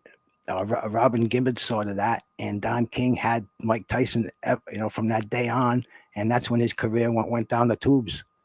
That's when he went crazy. He was, he was getting arrested for cracking his car up, beating up people. He was out of control, but it was up until then. And Teddy Atlas was fired because Teddy Atlas had an argument with Mike Tyson up in Cattsville, New York, where Mike Tyson was living at the time, when he was with Customato, and Customato was protecting Tyson. When it came to choose sides, he chose Tyson, and Teddy Atlas got fired. Teddy Atlas was on his own, but he made out all right. He's what he is. Yeah, he did. And Kevin Rooney, he went on to train Vinny Pazienza, and he still has a gym. He trains fighters. He still roots for Mike. He still rooted for Mike Tyson. He said he had a tear in his eye when he saw Buster Douglas knock him out in Tokyo. But that's where his his former handlers all they all went away. I bet Don King betted against Mike Tyson on that fight. I wouldn't doubt it, but Don King ripped him off, and Tyson is Tyson sued him for hundreds of millions of dollars. Tyson declared bankruptcy. It was madness, and you could see it before your eyes. And Tyson was the crazy man child who, he cracked up. He had a fender bender with his Mercedes when he was married to Robin Givens, and the cops came, and he tried to just give the keys to the cops and said, "Here, man, you take the car. I don't want it anymore." It was a circus out there. He was nuts, man. And he was having fights in his mansion with Robin Givens that were legendary, where they had news cameras down there, chairs flying out the window. It was a madhouse. Mike Tyson's career was so, it was so dramatic that to live through that and to see how he went from a crazy kid in New York up to getting taken by Customato, becoming a fantastic fighter. Becoming, he was always crazy in his head, but on the outside, and he learned how to box, and he had the tools. And man, he became the heavyweight champion of the world. It was unbelievable, dude. It was an amazing fight. Yeah, he was an amazing fighter. it's not like it's not what it is no more because there was so many fucking sparring partners coming out. Oh yeah, it was just a great era. And Tyson would fight anybody. And most fights didn't go the 12 rounds, the distance, man. They were exciting, and it happened often because Don King had a hot commodity, and Don King knew how to make money. When Mike Tyson ended up going to jail for pinching for raping the woman from Rhode Island, which that's anybody can have an opinion about that either way. But anyway, when he went to jail, Don King took the career of Julio Cesar Chavez and replaced Mike Tyson with Julio Cesar Chavez, and he didn't skip a beat.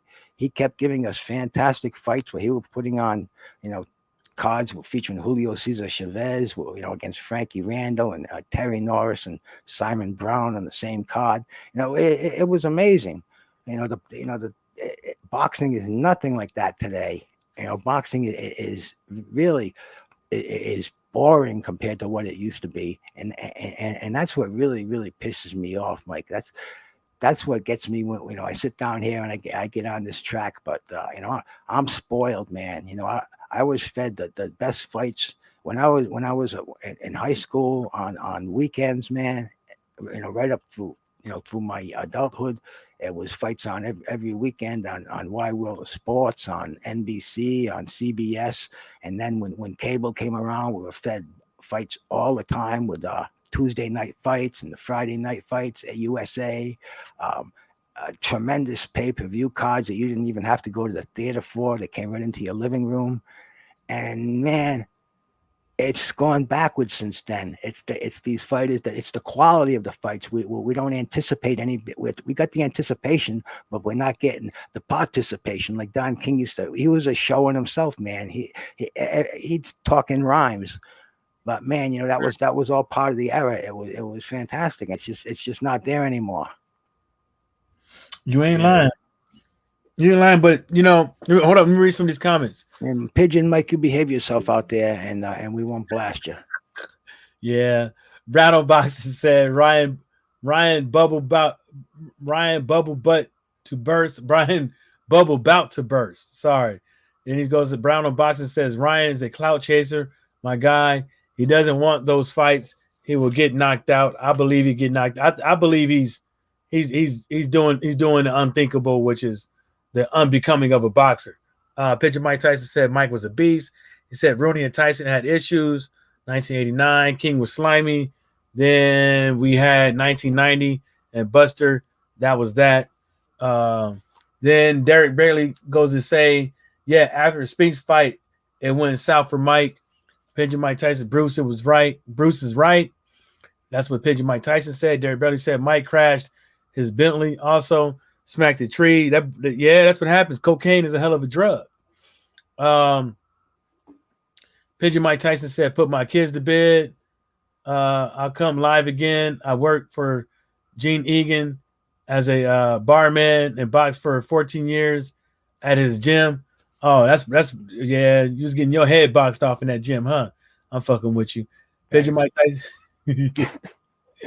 He says he was Mike Tyson's main sparring partner, Irish man for 12 years. Pigeon Mike also goes to say, we don't get the quality. No more. Pigeon Mike Tyson said, I love King. No, I wouldn't say that. Derek Bradley said King was able to make good fights. He was able to make good fights, but back then you had no choice but to make good fights because there was too many good fights to be had. Yeah, but we were the recipient of that, man. That's the whole thing. He made the fights. And it wasn't just King; they were all making them. But yeah, King was famous for ripping off fighters. But there's nothing that the fan can do about that. That's the fighter's job to get a lawyer and get his affairs in order and not get ripped off. But as far as putting the fights on, man, Don King was the man. well, whatever he did in the background, that's his business and that's what he has to answer to. But the dude put on quality fight Yeah, cards, but man. what I'm saying is that, like, do you think that, because back then you had a huge pool of fighters and fights to be made. Now you look around, it's about maybe 2 or 3 guys per weight division. Nah, you have a huge pool of fighters now too, man. I They're mean, just not making the fights. not like smorgasbords like back then. I'm talking about like this. You know what I'm saying? Like, Oh, I know exactly what you're saying, man. I know exactly what you're saying. Dude, I found an old Boxing Illustrated the other day when I was cleaning my cellar, and I'm looking at the ratings in it, in here, and this is from 1992, and then they've got the top 10 heavyweights, and they got a Holyfield as champion, and followed by Mike Tyson, Riddick Bowe, Ray Mercer, Razor Ruddock, George Foreman, Tim Witherspoon, Lennox Lewis, Tony Tucker, James Buster Douglas, and Francisco Damiani. And that's only the top 10, man, in the heavyweight division. But yeah, no, you're right. We had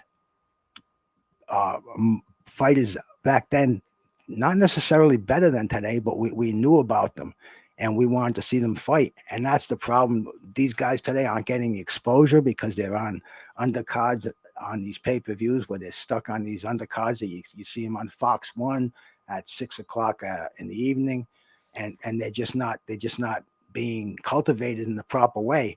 Those 10 fighters I just named, man, back in the day, any one of them fighting, any one of them was a great fight, and most of them did fight each other. And today, man, that's just not happening, and that is the problem. We're just not getting the quality, and it's so repetitious, and we keep jumping on it. We keep saying this guy's got to fight this guy, and when this guy, oh, that's going to be a great fight. Yeah, but let's see the damn fight happen, ain't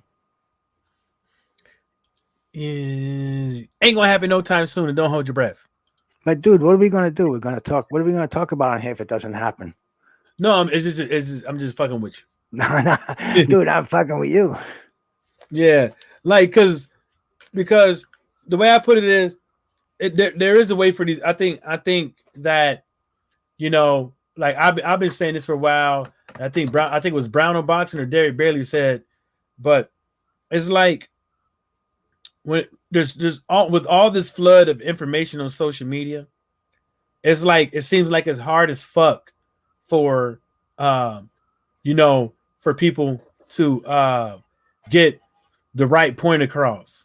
And what I mean by the right point across is like us as boxing fans, like, because what I've been doing every now and again, like I would like literally Marcelo Suleiman or WBC say something, I would put get rid franchise too many belts with a hashtag for both of them. And then, I think boxing fans do need to make our presence known. We can't make our presence be known if every time somebody wants to critique Canelo or Wilder or AJ or Fury, people want to get all up in arms and mad and want to go to fisticuffs and make each other sound crazy. Because you sound crazy as fuck when you talk about beating somebody's ass because they have either their opinion on a boxer is just stupid as fuck, or they just have a difference of opinion with what you think. You know what I'm saying? I think it makes people look crazy as fuck, and I think that's what people they want people to sound like, because then that way, to them it fucking devaluates the what's that word? Devaluates their opinion, where it invalidates their opinion. So that's what I see a lot of the times when people are going back and forth on social media, either it's on YouTube, Twitter, or Instagram, is that once you start doing, yeah, I'm black, and sometimes I look at a guy and stuff like that. It's human nature. Crows gonna be with crows. Ravens gonna be with ravens. You know what I'm saying? Storks is gonna be with storks. Ducks is gonna be with ducks. Mallards, which is another type of ducks, gonna be with mallards. You know what I'm saying? Is majority of the time, and ain't nothing wrong with that. But what's wrong with it is that every time we turn around, it's like, me personally, you got to go with who do you think is gonna win the fucking fight? No matter what color the skin is, who's gonna win the fucking fight? And you know, you justifying people's opinions when you just basing going off by somebody by the color of the skin, and then all the other bullshit that people want to get mad about and stuff like that. Me personally, the only people, the people that's really hurting boxing, first off, is boxing fans, and the reason why I say it is because we, as a whole, continually enable ourselves to be abused by these promoters, these boxers, and these networks, or whoever is in charge out there. Because when we keep buying to these fights, keep talking about fights that we shouldn't even be talking about, like, how many times can I go make a video about Terrence Crawford and Earl Spence? How many times I got to make a video about if Wilder was cheated? How many times I got to make a video about Fury fighting Wilder again? You know, giving him his rematch. How many times? And it gets old. You know, how come we as boxing fans can't? Like, I went over there to Raphael Dawkins' page and didn't cuss him out, didn't call him out of his name, none of that stuff, right? Even though I know he's talking out of his fucking ass, I still fucking kept it civil. A lot of people go over there, they would have been cussed him out and stuff like that, and that makes you look foolish. We grown ass fucking men, you know. You don't have to cuss somebody out, call them out of their fucking name and shit like that to get your fucking opinion across, or belittle them and make them try to make your fans feel like they don't know nothing about boxing and they shouldn't be around here. Because at the end of the day, everybody around here at some point in time is paying for some of these fights. We're not gonna pay for them all the time, but even the person that you feel that doesn't know what the fuck they're talking about is going to pay for a fight and contribute to boxing, or tune into a fight and contribute to boxing, because some of them, you know, they got that paid ads and stuff like that, or whoever knows how they get their money off of that stuff. My whole thing is, let's just keep it real. You have fighters that don't want to fight other fighters. You have fighters off the front gate want to become pay-per-view stars and willing to fake the funk with the fans and everything and paint themselves. Ryan Garcia is a social media propagandist. That's what he is. That's what he is. And if us as boxing fans don't all understand that, then we're going to get suckered into buying fictitious ass boxing matches. That's a fact, man. You know, we need quality here, and you know, what we don't need is division. You know, it's been nuts out here, but you know, that's because, like I was saying originally, you can't get emotionally involved with a fighter, man. You can get emotionally involved with the sport, but not with the fighter. And I've seen it. I've done it. You know, I was emotional. I love Muhammad Ali, man. When he lost his first fight, you know, it was tears in my eyes that night when he lost to Joe Frazier. I was so, Ali was my man, but you know, I grew up and I learned, man, you can't emotionally invest yourself like that, and it's happening right now, man. You got these battle lines drawn, and it's nuts, man. It's really best way crazy. to put it. That's the battle lines right there. You know, I'm not joining any side in this. No, I got no dog in these fights. Yeah, but what I'm saying, that's what it feels like. It really does, and it's, you know, battle lines. You got the no man's land. If you step in the no man's land, anybody can shoot your ass. Hey, you know, I was telling Blood today. It's like not Blood. I was telling Lion Killer. It's like a minefield out there. Yeah, I heard that. I saw it. You know, because it is. You don't know which way to step, and you step on the mine. It's by a faceless, nameless troll, or just some hater, or somebody who's just so passionate about this fighter, and you said the wrong thing about him, and they heard you say it, and all of a sudden you're the ops. I mean, what the fuck, man? I'm too old for this shit. I came here because I love boxing. I discovered people who like to talk boxing. Especially in this situation we're in now, where you can't go sit down and talk to somebody at even a Dunkin' Donuts, man. I've seen the Dunkin' Donuts down the street close up. The windows are boarded up. It's Damn. ridiculous. But this is where it's at. Donuts. Donut coffee spot. What's that again? He said, "Really? I never heard of a Dunkin' Donuts closing." Yeah, dude. Yeah, I couldn't believe it myself, man. But it really did. And that was a place. It was a big counter where you could go in there and you could start a conversation about boxing. If there was a couple of people in there who were fans, you might get lucky, and you get into a nice little talk. But that's all history pretty much now. Not this is where it's at. And the last thing I want to do is make enemies and fake accounts and run around here and this and that. I don't even know how to make I don't even know how to make another account, man. You block me, I'm blocked. I'm blocked on. I was blocked on three sites for no reason. No reason at all. In fact, the people even knew that I was blocked there. I was blocked on Fanons. I was blocked on 78s and on Blue Bloods.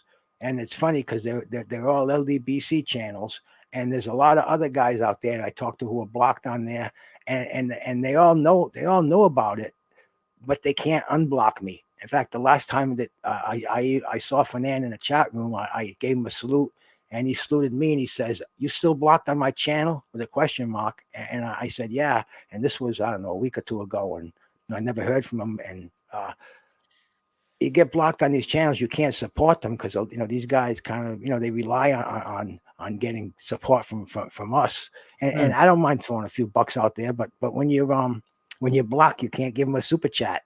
It says not accepted. So hey, man, if I own those sites, I'd go out there and I'd find out who YouTube blocked on me, and I'd unblock them if it was done by mistake, or find out why it was done. It's crazy shit out here, man. But this is the new barbershop. This is where we talk boxing. Right. You'd be civilized. You respect who you're talking to. You don't go troll other sites and disrupt the flow of the conversation. And we dude, I hate to say we all get along, dude, but can't we all be brothers out here, man? Too many haters. See, the thing about that is I stay away from that. Even if I'm in rooms and it starts getting crazy, I'm not going to go in there and shout over somebody else, man. Fuck that, dude. I'll dip out, dude. And I won't come back again. I've seen these sites, man, and I thought they were run by boxing people, and they're hated channels, and I can tell by the voices that they're not even 20 years old, or they're in their 20s, and bruh, it's like, bruh, man, yeah, I went there, and bruh, and the stuff that's coming out of that, I can't believe YouTube lets that shit go on, because they're yeah, because usually, and that's it's crazy. unbelievable. They'll fucking smack you for anything, and there's no you don't get a rebuttal. You know what I'm saying? The thing is, man, you use that language where I come from, man, and you don't get smacked by getting timed out. You get smacked by a fucking a fist, and that's if you're lucky. I learned a long time ago. You treat the man next to you like he's your brother. And you do that, everything's gonna be okay. You treat him otherwise, and it's going to be some shit going down. And I don't come from fucking YouTube, man. I come from the fucking streets where the fucking shit goes down. Right.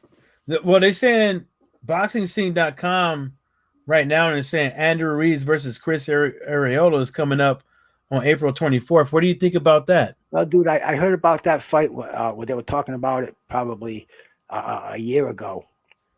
And if Andy Ruiz is in good shape, I feel bad for Chris Arreola. Chris Arreola has entertained us, man. He's paid his dues. He's taken some tremendous beatings, right before our eyes.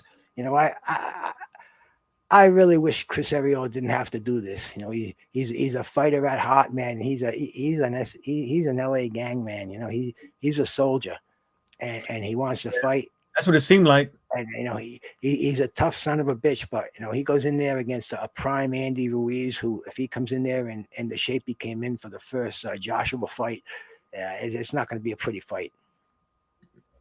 That's what I think of that fight, man. What I watched, because I was always intrigued with Chris Arreola, and not because of like his awesome boxing abilities or anything like that, because he had some potential, and he had some, and he even said it. He couldn't leave the fucking cerveza in the bar alone.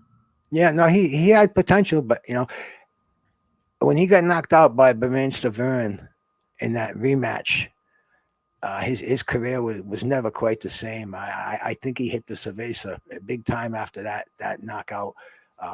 You know, he got his fight with Klitschko, and that's what's going to happen to him when he goes in there with a prime Ruiz right now. You know, I'm going to watch that fight, and I'm going to, like I said, man, you can't get emotionally invested in a fighter, and Chris Arreola, he doesn't belong in the ring with Andy Ruiz, and that's not going to be a pretty fight. I don't see him coming in shape, bro. Nah, that's next month.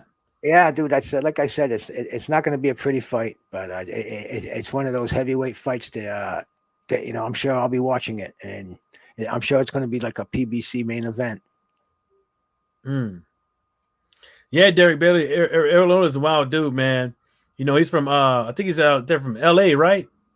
Yeah, he's from Southern California, man. I think he's Riverside, maybe. Yeah, Riverside. That's damn near San Diego. Yeah, but it's not from San Diego. But you know, yeah. I used to go out with a girl who was a Navy girl from San Diego, Chula Vista. Yeah. Oh, Chula Vista, because Chula Vista is like right there. So you got Chula Vista, National City, Ocean View, and you know, which is East Dago, which is like surrounding the base. You know what I'm saying? Yeah, that was huge Navy country down there. Yeah. So if you in National, back in the days, if you in National City, see, National City ain't it's a lot better than what it used to be. Chula Vista, especially some of the parts, man. There used to be spots when I was growing up, when I was in junior high and high school, it's like you just didn't go. You know what I'm saying? Like you literally like fucking. Yeah, that's probably where Chris Arreola was hung. That was probably where he hung. Yeah, you probably went to his neighborhood and like you didn't know nobody there. Like, yeah, people, you gonna know that why you should never done that, and it's not gonna be nice. They're not gonna ask. They're not even gonna ask you to leave. You know what I'm saying? You just don't go. Yeah, you're gonna get your ass whooped. You know, and they apologize later if you was a friend of somebody's family or the UPS man or joking. People know that's neither mailman alone, but you know what I'm saying. I know exactly what you're saying, my man. I've been in situations like that I shouldn't have been in, and there's just no excuse for stupidity. You know, when the sun goes down, you know where you shouldn't be around. Yeah, you couldn't just like you would have to, like, if you was messing with a chick, you gambling, even going to that neighborhood trying to sneak in the front door, and it's her apartment or house. You gambling, like, because on the way from your car to there, or your car might be gone when you get out. Before you even Riverside puts out some pretty tough fighters too, huh? Yeah, you know what they do, and I think they have I think they got some good gyms and stuff out there. That's the problem with boxing too, is that a lot of these boxing gyms, people don't even. A boxing gym be right in their face and won't even know it. And it is say boxing, this and the third, outside of it, people won't even know it. And so a lot of times is what people they go to 24-hour fitness or these big gyms to go hit the bag or to get some tutelage and stuff like that. But they won't go to these local boxing gyms to sign up for a membership. No, you know what it is, man. The amateur boxing program in this country is so bad right now. It's just, there's just no money for it. The cities aren't supporting it. Uh, the the uh, the young children who should be in there, learning the discipline of the sport. This is who made the sport. These are the people who grew up boxing. Like we were talking about Andy Ruiz. He was fighting in tournaments when he was 8 years old. Uh, you know, uh, Mark Breland, 4 times New York City Golden Gloves champion. I mean, the list goes on and on. But we're not seeing that anymore because there's just no. People can see how frustrating it is to be a boxer. How it's just not in the spotlight. There's no, there's no incentive to put in the blood, sweat, and tears that it takes to break into the amateur boxing program, and the cities aren't supplying the coaches or the equipment, or the facilities. So it's really putting the whole sport itself in a tailspin because that's where boxing is nurtured. It becomes of whoever got the most money wins. Dude, it becomes where there's no decent amateurs turning pro. The pros are getting stale, fighting each other if they even are, and it's just bad for the whole sport, man. I can remember amateur teams like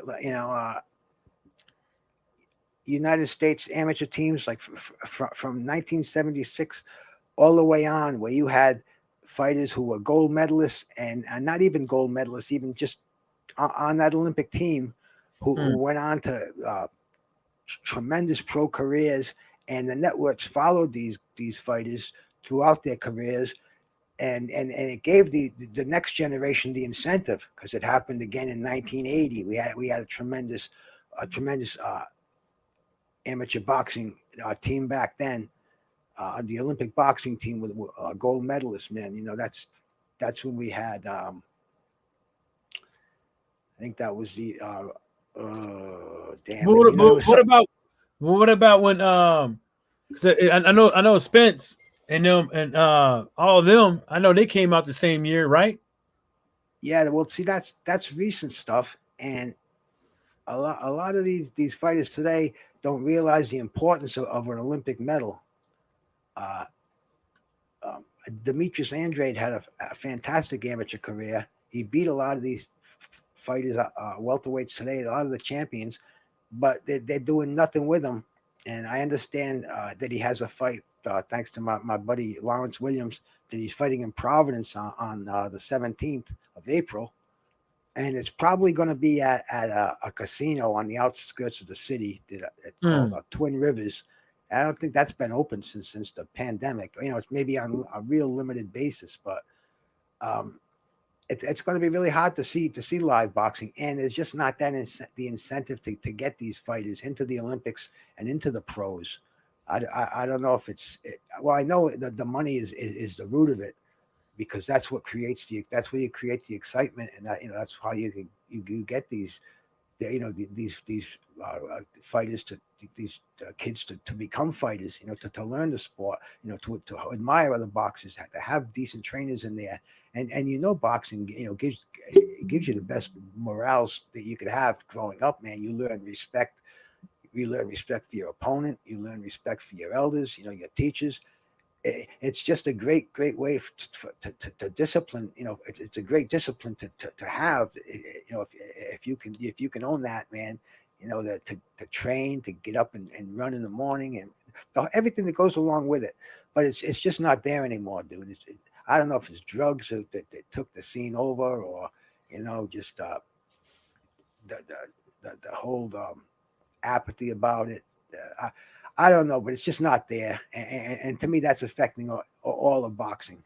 Because we used to have the hottest fighters that used to come out of the Olympics and into the pros.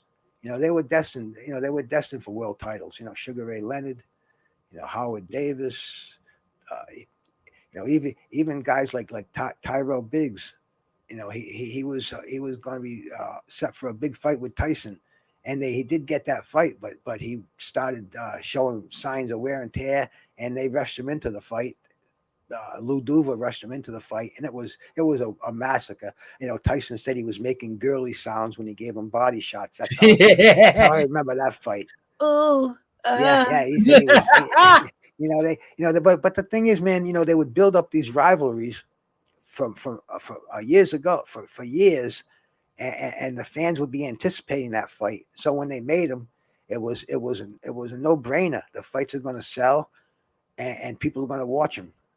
And man, right now it's not happening, man. It's a shame. We got. I don't know what they're gonna do. I don't know what they're gonna do by the year ends time. Like at the end of the year, like okay, so we're anticipating by about time year ends time, Canelo's going to be undisputed, right? At 168.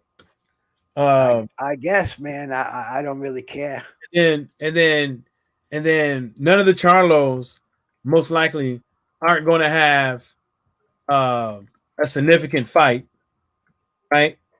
Why? Because I don't think they are. Okay. Why? I'm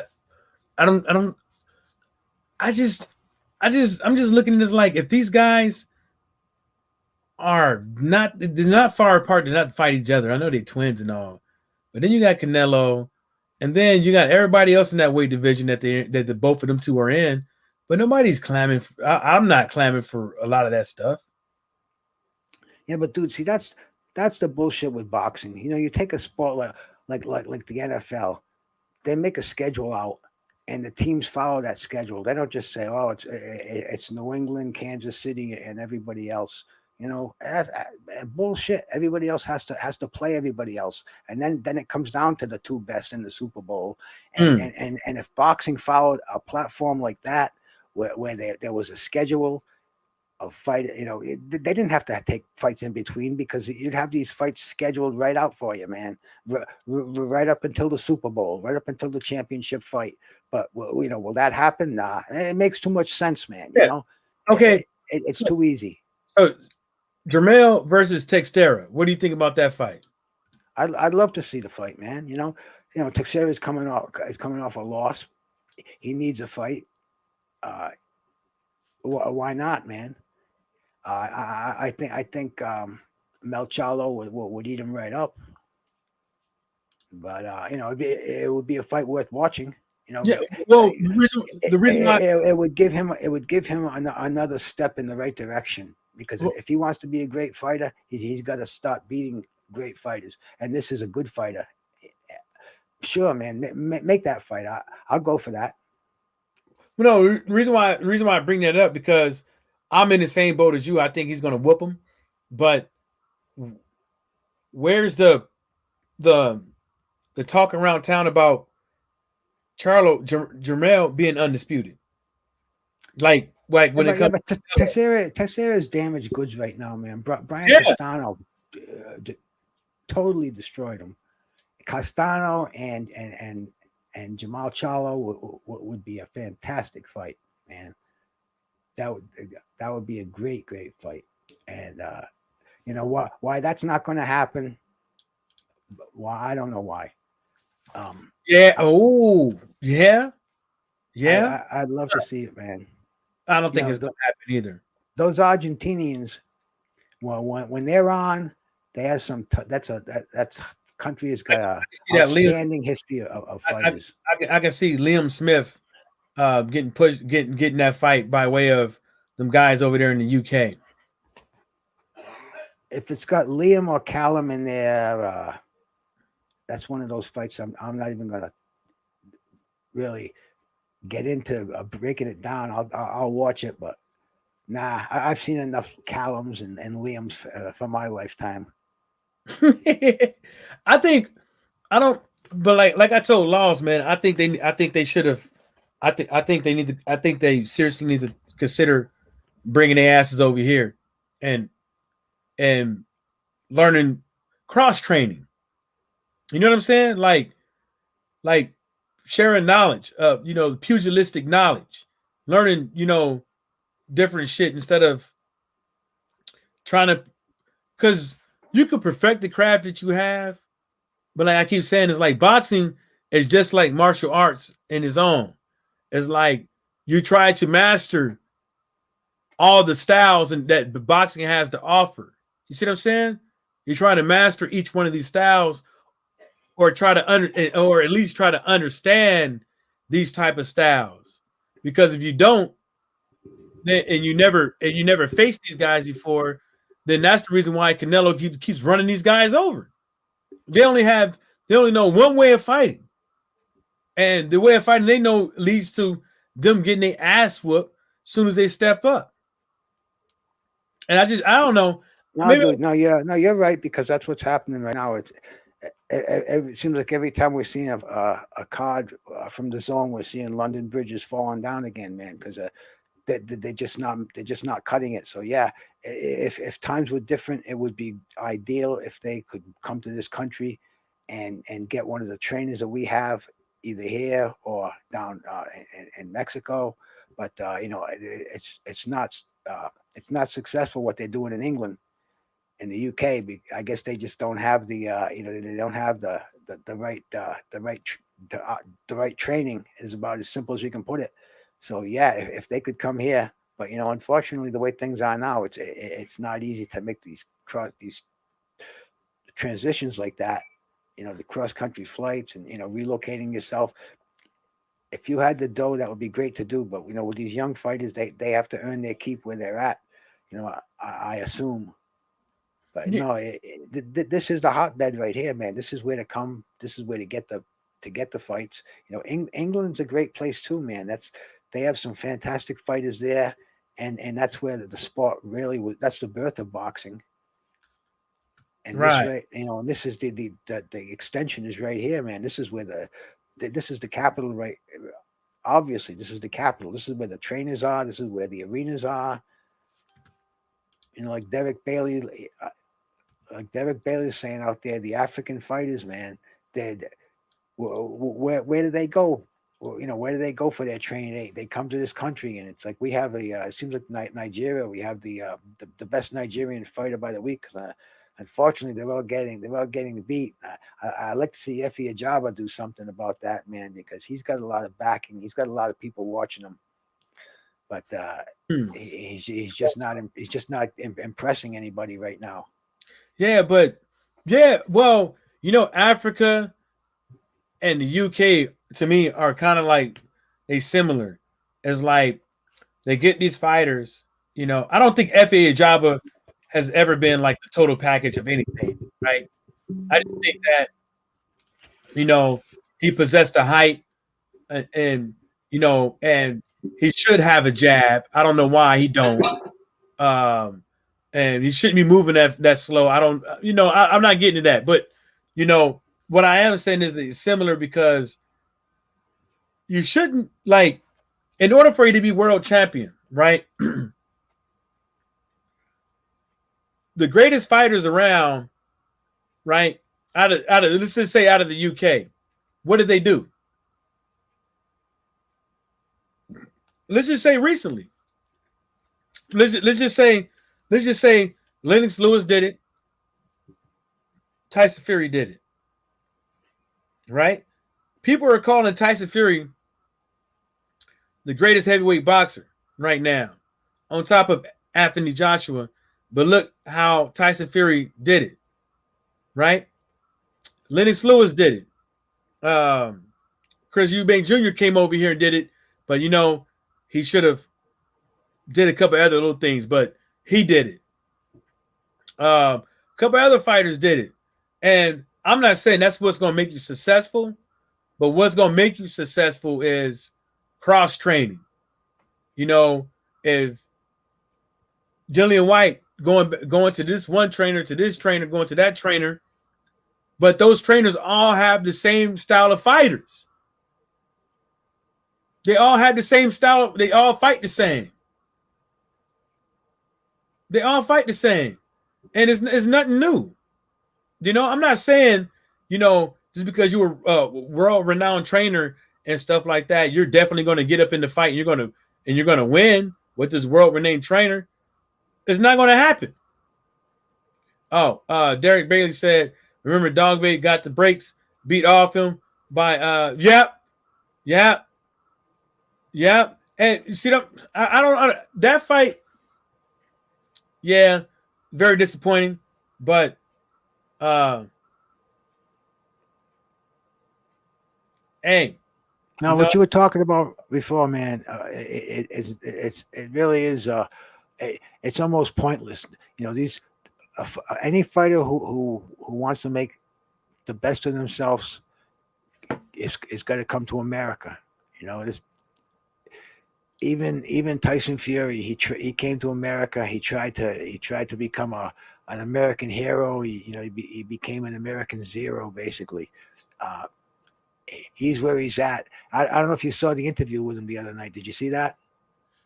With whom? With Tyson Fury. I saw a piece. I can't watch the whole thing because I was just. He looked like he looked flabby. He didn't have his shoulders. He didn't even have shoulders, man. Where he should have had coconuts, he had a couple of slopes. He was soft. He did not look like he was ready to fight. He didn't even have fight in his voice. He's telling he's not going to fight Joshua. He's not going to fight. He's not going to fight Wilder. Man, he sounded like such a puss up there. You got to check that interview out, and you got to look at the condition he's in, man.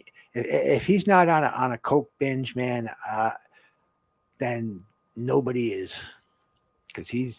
I wouldn't be surprised if he retires before he fights anybody else. You know, he looked prime for retirement. Fuck. Yeah, check it out, man. I think they got a picture of him standing there, and he's got to be closer to 300 pounds. And 25 pounds of fat on anybody, that's like a wheelbarrow.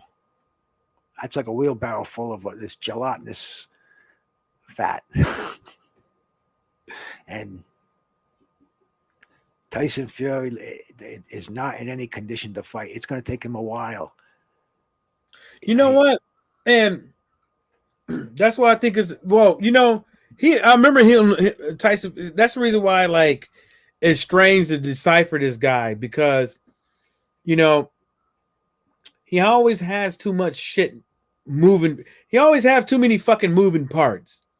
You have like, well, I should have fought in December because now I'm inactive, and then you're kind of like, what? Like, is he out of shape, or like what the fuck is going on? And then, is it his mental health that he claims that he has? Then it's I'm tired of waiting on this guy. Anthony Joshua's a duck. He's in the third. I fight him any day, anytime, with one hand tied behind my back. And then it's always too many moving parts. Oh, and then I don't want to fight without fans and all this shit. Then now we waiting. Now everyone around the world is waiting for this $200, $300 million fight to be called by way of Dubai or whoever. And now they're holding off on that for fans. And it's like, to me, it's like one of those things. Like, you have to make the best of the situation that you're in. Yeah. You have this. You can have this fight behind closed doors. There are other fights down the road, man. They did WrestleMania twice with no audience, and this. No, I compare it to what it is. Life goes on, and the fights go on. No, you take care of your business now, and when the crowds come back, the attractions will come back, and the winners will be there. But you don't just be inactive right now, man, because people forget you. People forget fast. Well, what I'm saying is like, they really think we're so fucking stupid. They really think that we're so fucking stupid, and we just supposed to wait around at their beckoning, and then when the fight is made, we supposed to all just show up. That's fucking dirty as fuck. Well, that's what Bob Arum thought about Tyson Fury when he signed him to that multi-fight contract. Yeah, he couldn't sell out an arena in Las Vegas for 2 fights. the place was, there were comping tickets and they couldn't even get a full arena at that. Yeah. Dude, it's the fighter selling himself, and Tyson Fury should make what he can right now. If he can make $100 million to fight Anthony Joshua in a bubble, dude, why not? Why not take that fight? That 100, those figures are just beyond my realm of reality. That'd be like hitting the lottery like 5 times in a week, Mm. and he's going to walk away from that. Yep. That man's got some mental problems, and on the same hand, AJ Fury, if he's not pushing for that fight and having Eddie Hearn demand that fight be made, he's just as bad, because I don't put the blame on one person, man. I put the blame on both of them for not having that fight. And that's fair. And I'll be right with you with that, because like I was saying with the moving parts and and how they making us look like how come you just couldn't be real? How come, what's wrong with coming out and just saying the fucking truth? Like, why does it always have to be, I gotta, like you said, here it goes again. What did you call it? The war line, the battle line. Battle lines. Yeah. Hey, my brother Rob Sportsman Lee, salute. Oh, what's up, Rob? So, like, now it's the battle line again, right? So now they draw the battle line, and they want fans to pick between Tyson Fury's ducking, AJ's ducking, AJ making excuses, Tyson Fury making excuses. Is Tyson Fury was waiting all this other stuff, then there's AJ with all this other stuff, and it's like, who's going to win? Who's going to be undisputed? It's like, now you draw the battle line again, which, like you said, it shouldn't be a battle. It should just be like it's both of them. Well, I'm just saying that they should fight. Rob Sportsman Lee, no, he's right, man. They're not going to get $100 million, but they're gonna get crazy money regardless. And the thing is, you win this one and you fight another one. You fight another day, but you don't just stagnate, because, dude, we forget we're fickle, and there's a pack of young lions out there nipping at your heels. You take the fights you can get, in this economy. The way it is, you get 20 hours a week work, and you take it these days, man. Things aren't easy. Things are tough all the way around, and fuck these guys thinking that they're gonna become heroes and not do anything to sit on their ass until they get a full stadium and a fight in Dubai. Fuck that shit, man. These are heavyweight boxers. They're supposed to defend the heavyweight championship. We want these fights. If it has to be in a bubble, it has to be in a bubble. If it has to be in a stadium with social distancing, whatever. But make that fight, because this fight can be done. There's going to be fights on the horizon, and you only get better and better until you peak out. But you don't sit on your ass and wait for us to fucking wait to put on a fight that could be 2 years old and stinks, man. It's like rotted fish, man. The longer it sits around, the smellier it gets. Yeah, like what the fuck is, and it has nothing to do with us. It has no, nothing. Well, it has everything to do with us, because we're the ones who are going to be fed this shit. No, what I was talking about, like the aspect of like you're doing it in Dubai, that ain't got nothing. Like, we're here to see good fights. Like, all that other shit about people showing up and this and the third, like, that ain't how much like money they getting, ain't got nothing to do with us. And Edward Hearn's been doing this all time and time again, basing his fights off of money and not fucking levels of competition versus levels of competition. And when you start seeing that, you start getting a real good just on his business model, which is like, think about it. Think fucking about it. It's fucking insane. This fight, like Bruce just said, can happen. They could sign the fight right now and just fucking get it over with. Get it the fuck over with. But they got a whole country giving them money to go up over there to try to bring in tourism. Yeah, but the thing is, right? We want it. We want it now. I mean, you know how Bob Arum got so rich? He didn't get rich sitting on his ass. He got rich promoting fights, man. You you can hate the guy with a passion, but he gave us the fights, man. Don King gave us the fights all the time, and right now Eddie Hearn's not giving us the fights. We're not getting from anybody, man. You know, it's to the point where they'll toss us a bone and throw us a fight every month or so. We talk about it for a month. We dissect the fucking thing, man. It turns out to be a dud. They give us that fucking Canelo fight last weekend, man, and I still got a bad taste in my mouth for that fight. That they give us a plate of shit, and we're the ones who eat it. And the fucking thing is, man, like you said, they got to make better fights. They have to. The fighters are out there. The demand is out there. But you got these promoters and this loyalty to one side of the fence, and it's bullshit, man. And I may see boxing die in my lifetime, man. That's how fucked up it's getting. This is the best sport in the world. We've seen the biggest gates, the biggest names, the legends fight, and it's all fucked right now, man. They got to get it together. It's got to be straightened out. I don't see it happening, dude. I don't see it happening, man. What happens? So this is what people need to understand. This is another thing that I think is interesting. Is like, what happened as a promoter, as a fighter? Your plans don't go according to plan, and you lose. And you waited all this fucking time, and now the ball is no longer in your court, and Tyson Fury wins, and he just quits and bounces.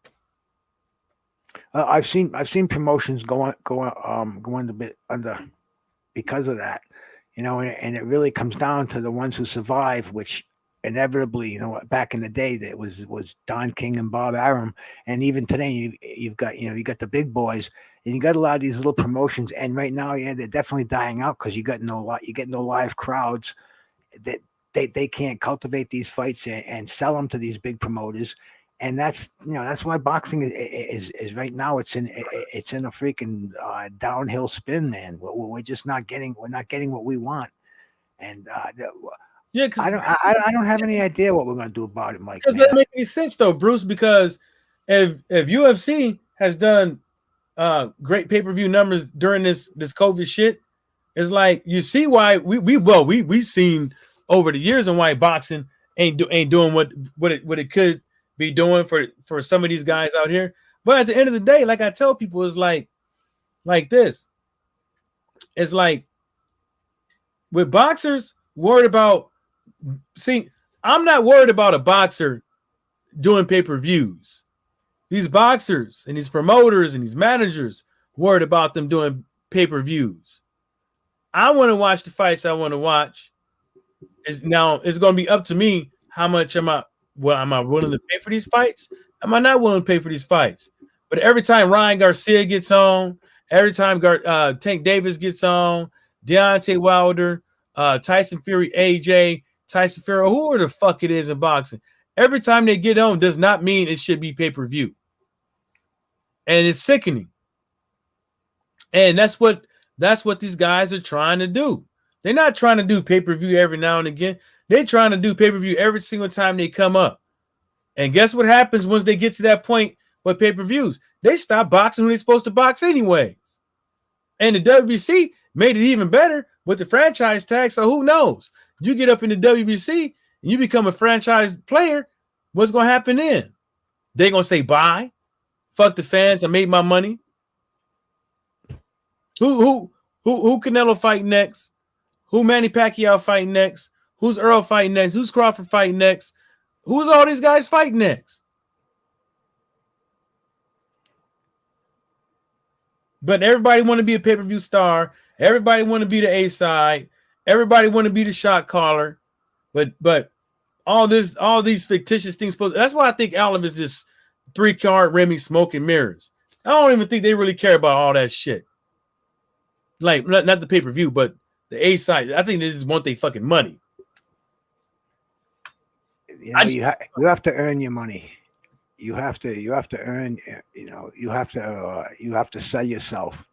You have to create the demand for yourself, man. And that's how these great fights are made. You know, that's how we can get fights like Marvin Hagler and Sugar Ray Leonard to happen, where we salivate for a fight like that, and today it's just not happening because these guys are not building their legends up.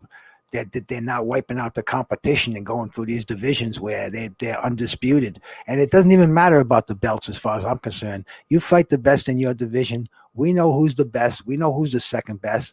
You know, the best shines. You know, Larry Holmes was stripped of all his titles, and the IBF gave him the title just because he was the best heavyweight. You know, the WBA's title, the WBC title, they were passed around, you know, between the heavyweights in that era. And, you know, there were some good ones, but Larry Holmes was the best, and he was given the title out of respect. And that's the way I honor a champion, man. I don't give a fuck if he beats the franchise champion or if he beats the undisputed from the weight class below him. I want to see him clean out the division. And he's number one in my eyes. He's undisputed, and I don't give a fuck about anybody's pound for pound. Anybody's undisputed. This is the way I look at boxing, man. You know, this is my world of boxing.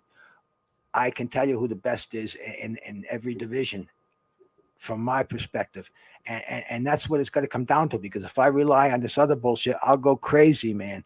I'll go nuts looking at these franchise champions. Believe me, dude. I come from a 2-belt era. I saw the confusion when 3 belts came in. Never mind 4 and more. So, man, you know, it's all bullshit. And if you can ignore it and hope it goes away, maybe it will, man. I don't know, man. But I can't get involved in that bullshit. I'm looking at the best fighter in the division, not the guy who's got the most belts around his waist. Damn right. You know, the belts are going to come. You clean out your division, and you're going to bump into the guy who's holding the WBA title, the guy who's holding the regular, the super. You just fight. That's your job. You're a boxer. You know, in your lifetime, that should be your goal, is to clean out your division and to become undisputed, regardless of whether you get stripped by one division because you didn't fight the mandatory. The fans are going to know you're still the champion. I've seen that happen throughout the boxing history, man.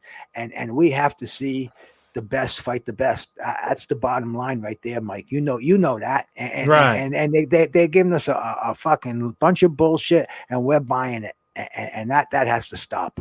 Well, you know, yeah, you're absolutely right. And you know, I kind of go along the same lines. Like, you know, accolades don't mean nothing if you ain't fought nobody.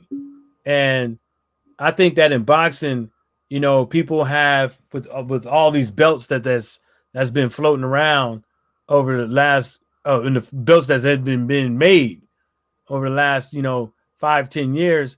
I think that's part of the reason why as well, because you know they're able to give out second place trophies but call them first place, guys. And the way I put it is that, you know, when you have all these belts and you have all these fucking fighters and you don't have you're not allowing the best fight the best in the stiff competitions and the best fights out there that's readily available, then I think this is right where you put yourself as a business as far as entities that these sanctioned bodies are. You know what I'm saying? And that's the reason why it's in the thing is where it is. It's like you got promoters basically paying. I'm not going to see what they're paying, but you got promoters asking for certain eliminators to be had, and then people get to leapfrog other people, and there's no tone being set for level for the top 10, top 15 guys to be fighting each other. There's no tones being set because it's all gonna be excused by, oh, we can't get visas, we it's not enough money, this and the third, blah blah blah. Well, go the fuck somewhere else then. Why are you in this sport? I know for a fact if I was Joe Smo boxer at whatever weight division and I was in the top 10, top 15, I donate motherfucking plasma. I'll fucking do what I need to do to get me a plane ticket to be where I need to be for this motherfucking fight. Because I know now, well, if I beat this guy, I'm gonna get more money. Then if I beat that guy, I'm gonna get more money. And then eventually I'll be able to fight for a championship title, but I want to have to fucking sit up over here and bust my ass just to get a fucking flight. And that's what's happening. These boxers out here, they be having regular ass jobs. And if they don't have regular ass jobs, they got to have a promoter that's going to give them a fucking stipend. You see what I'm saying? That's the reason why Bermain Stavern never left Don King. Hello? Because Dude, of Bermain. You said it all, bro. You said it all. Yeah, because if Bermain Stavern would have left Don King, he would have to fucking get a job. I think if they don't stop fighting each other, they're all going to have to get jobs. Hey, listen, man, I really appreciate you having me on here. I got a dip, and, nothing but mad love to you and your channel, man. Everybody out there, you hang in there, man. And I'll be talking to you soon, Mike, okay? Right. All right, Bruce. I'm going to get off here, too. Peace, my brother. I'm just going to read these last little these little thingies. All right. We got Rob Sportsman Lee said the business model got Canelo and Triple Fraud paid. Yeah, it got them paid, but hell, look where they at now.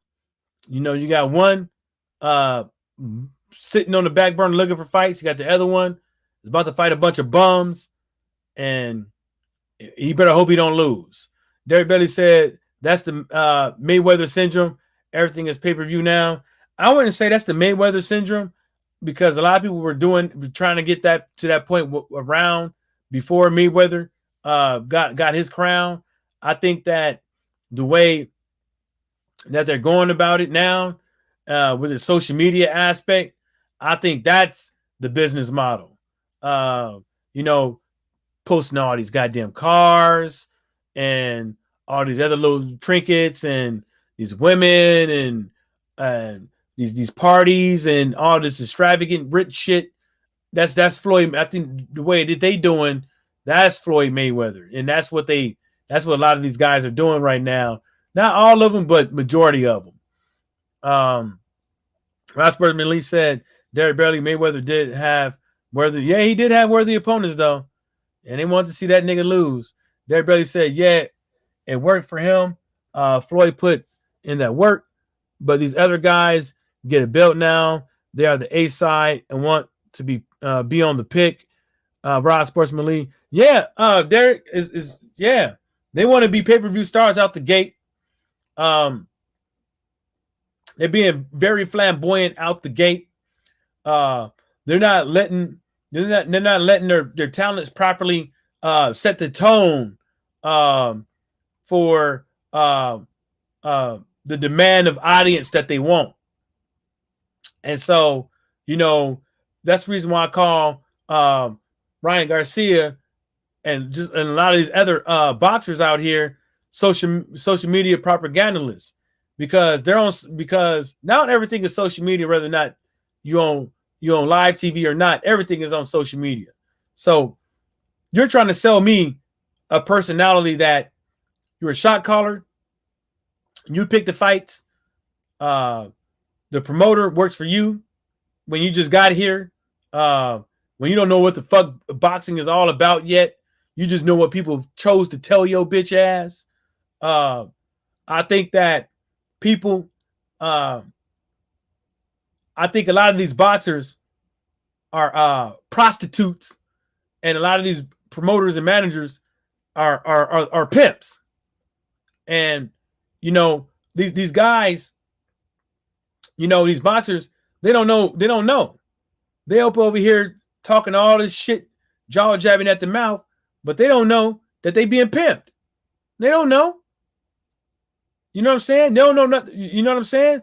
They can't even fight the pimping because they don't even know that the pimping is already here.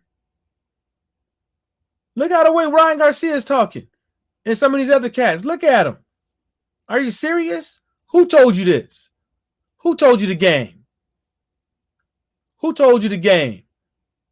Who told you that the promoters work for you? Who told you that you the shot caller? Who told you that social media following is going to equate to how many people is gonna buy into your brand, either pay-per-view or non-pay-per-view? Who told you that? Who told you that you a great fighter? Who picked your fucking fights? Who put you in there with them tomato cans to make you look good? To make you build fucking self-worth in yourself, to make you love yourself as a boxer. Who taught you that? Who gave you that game? Oscar? Man, you being pimped. And I'm telling you, this dude, he ain't about to stay with them for too long. He ain't about to stay with Oscar that long. He about to roll up out of there. And guess what? He's gonna go to the next guy that's already whispering in his ear and shit. And he's about to look. He's gonna lose his fight before he leaves Oscar, or when he gets to the next motherfucker. And they're gonna tear that ass up. They know it. They know he ain't got no business in there with Tank Davis. With Tank Davis. They know he ain't got no business in there. They know it. They know he better leave Teofimo Lopez the fuck alone. They know it. They know he better leave Manny Pacquiao the fuck alone. They know it. But guess what they doing? They about to milk this motherfucker till they can make these big fights, and they about to take all that nigga bread.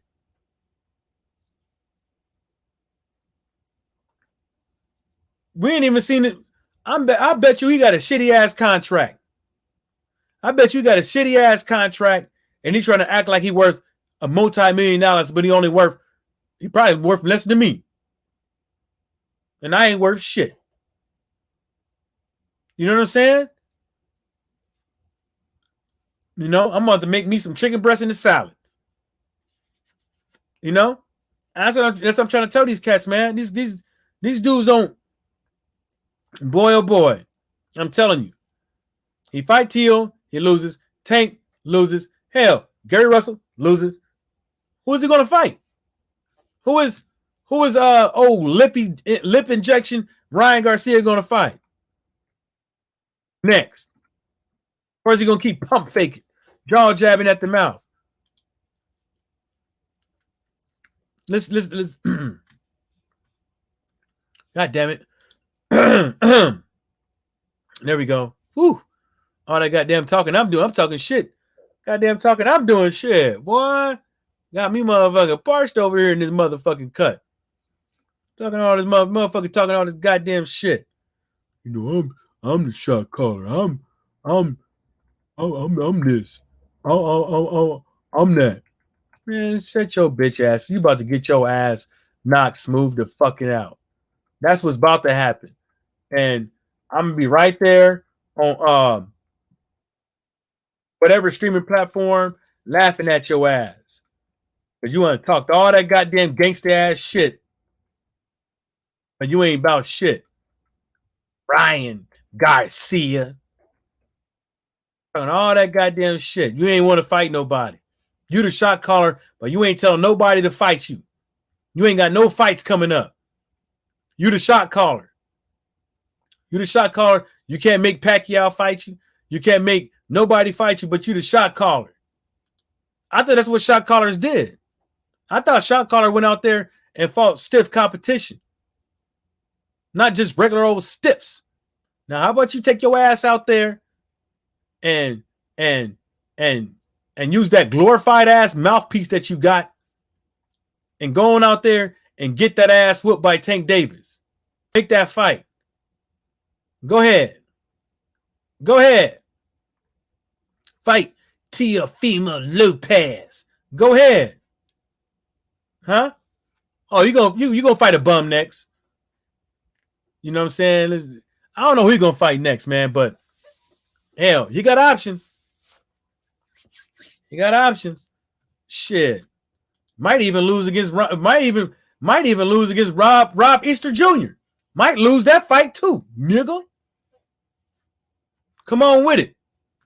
You talking about fighting Tank Davis? What about all them other guys? Land and lurking. Oh, you want to do it at 130? You want to do it at 130? Oh shit. He probably fuck around and fight the motherfucker that can't, the motherfucker losing fights on the stool. I mean on the scale. Might end up fighting that motherfucker. Shit. Oh, he gonna fight Kenichi Ogawa. That's who he gonna fight. He gonna fight yeah, he ain't gonna fight nobody.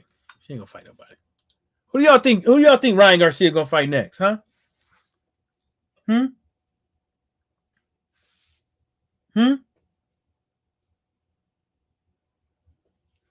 y'all think he's gonna fight now? Derek Bailey said Bill Haney called him Lion Garcia. Might as well. I ain't never, man. He got more yards at pump faking than OJ Simpson got rushing yards. That's what he got. He got more yards running his motherfucking mouth about who he's gonna fight than OJ Simpson got rushing yards. Barry Sanders got rushing yards, and that's a lot of motherfucking yards. I'm just saying. Right? Lying ass motherfucker. Hey, y'all, I'm gonna get up out of here, man. About to make me a nice, delicious salad. And on that note, shout outs to the LDBC and everybody stay sucker free.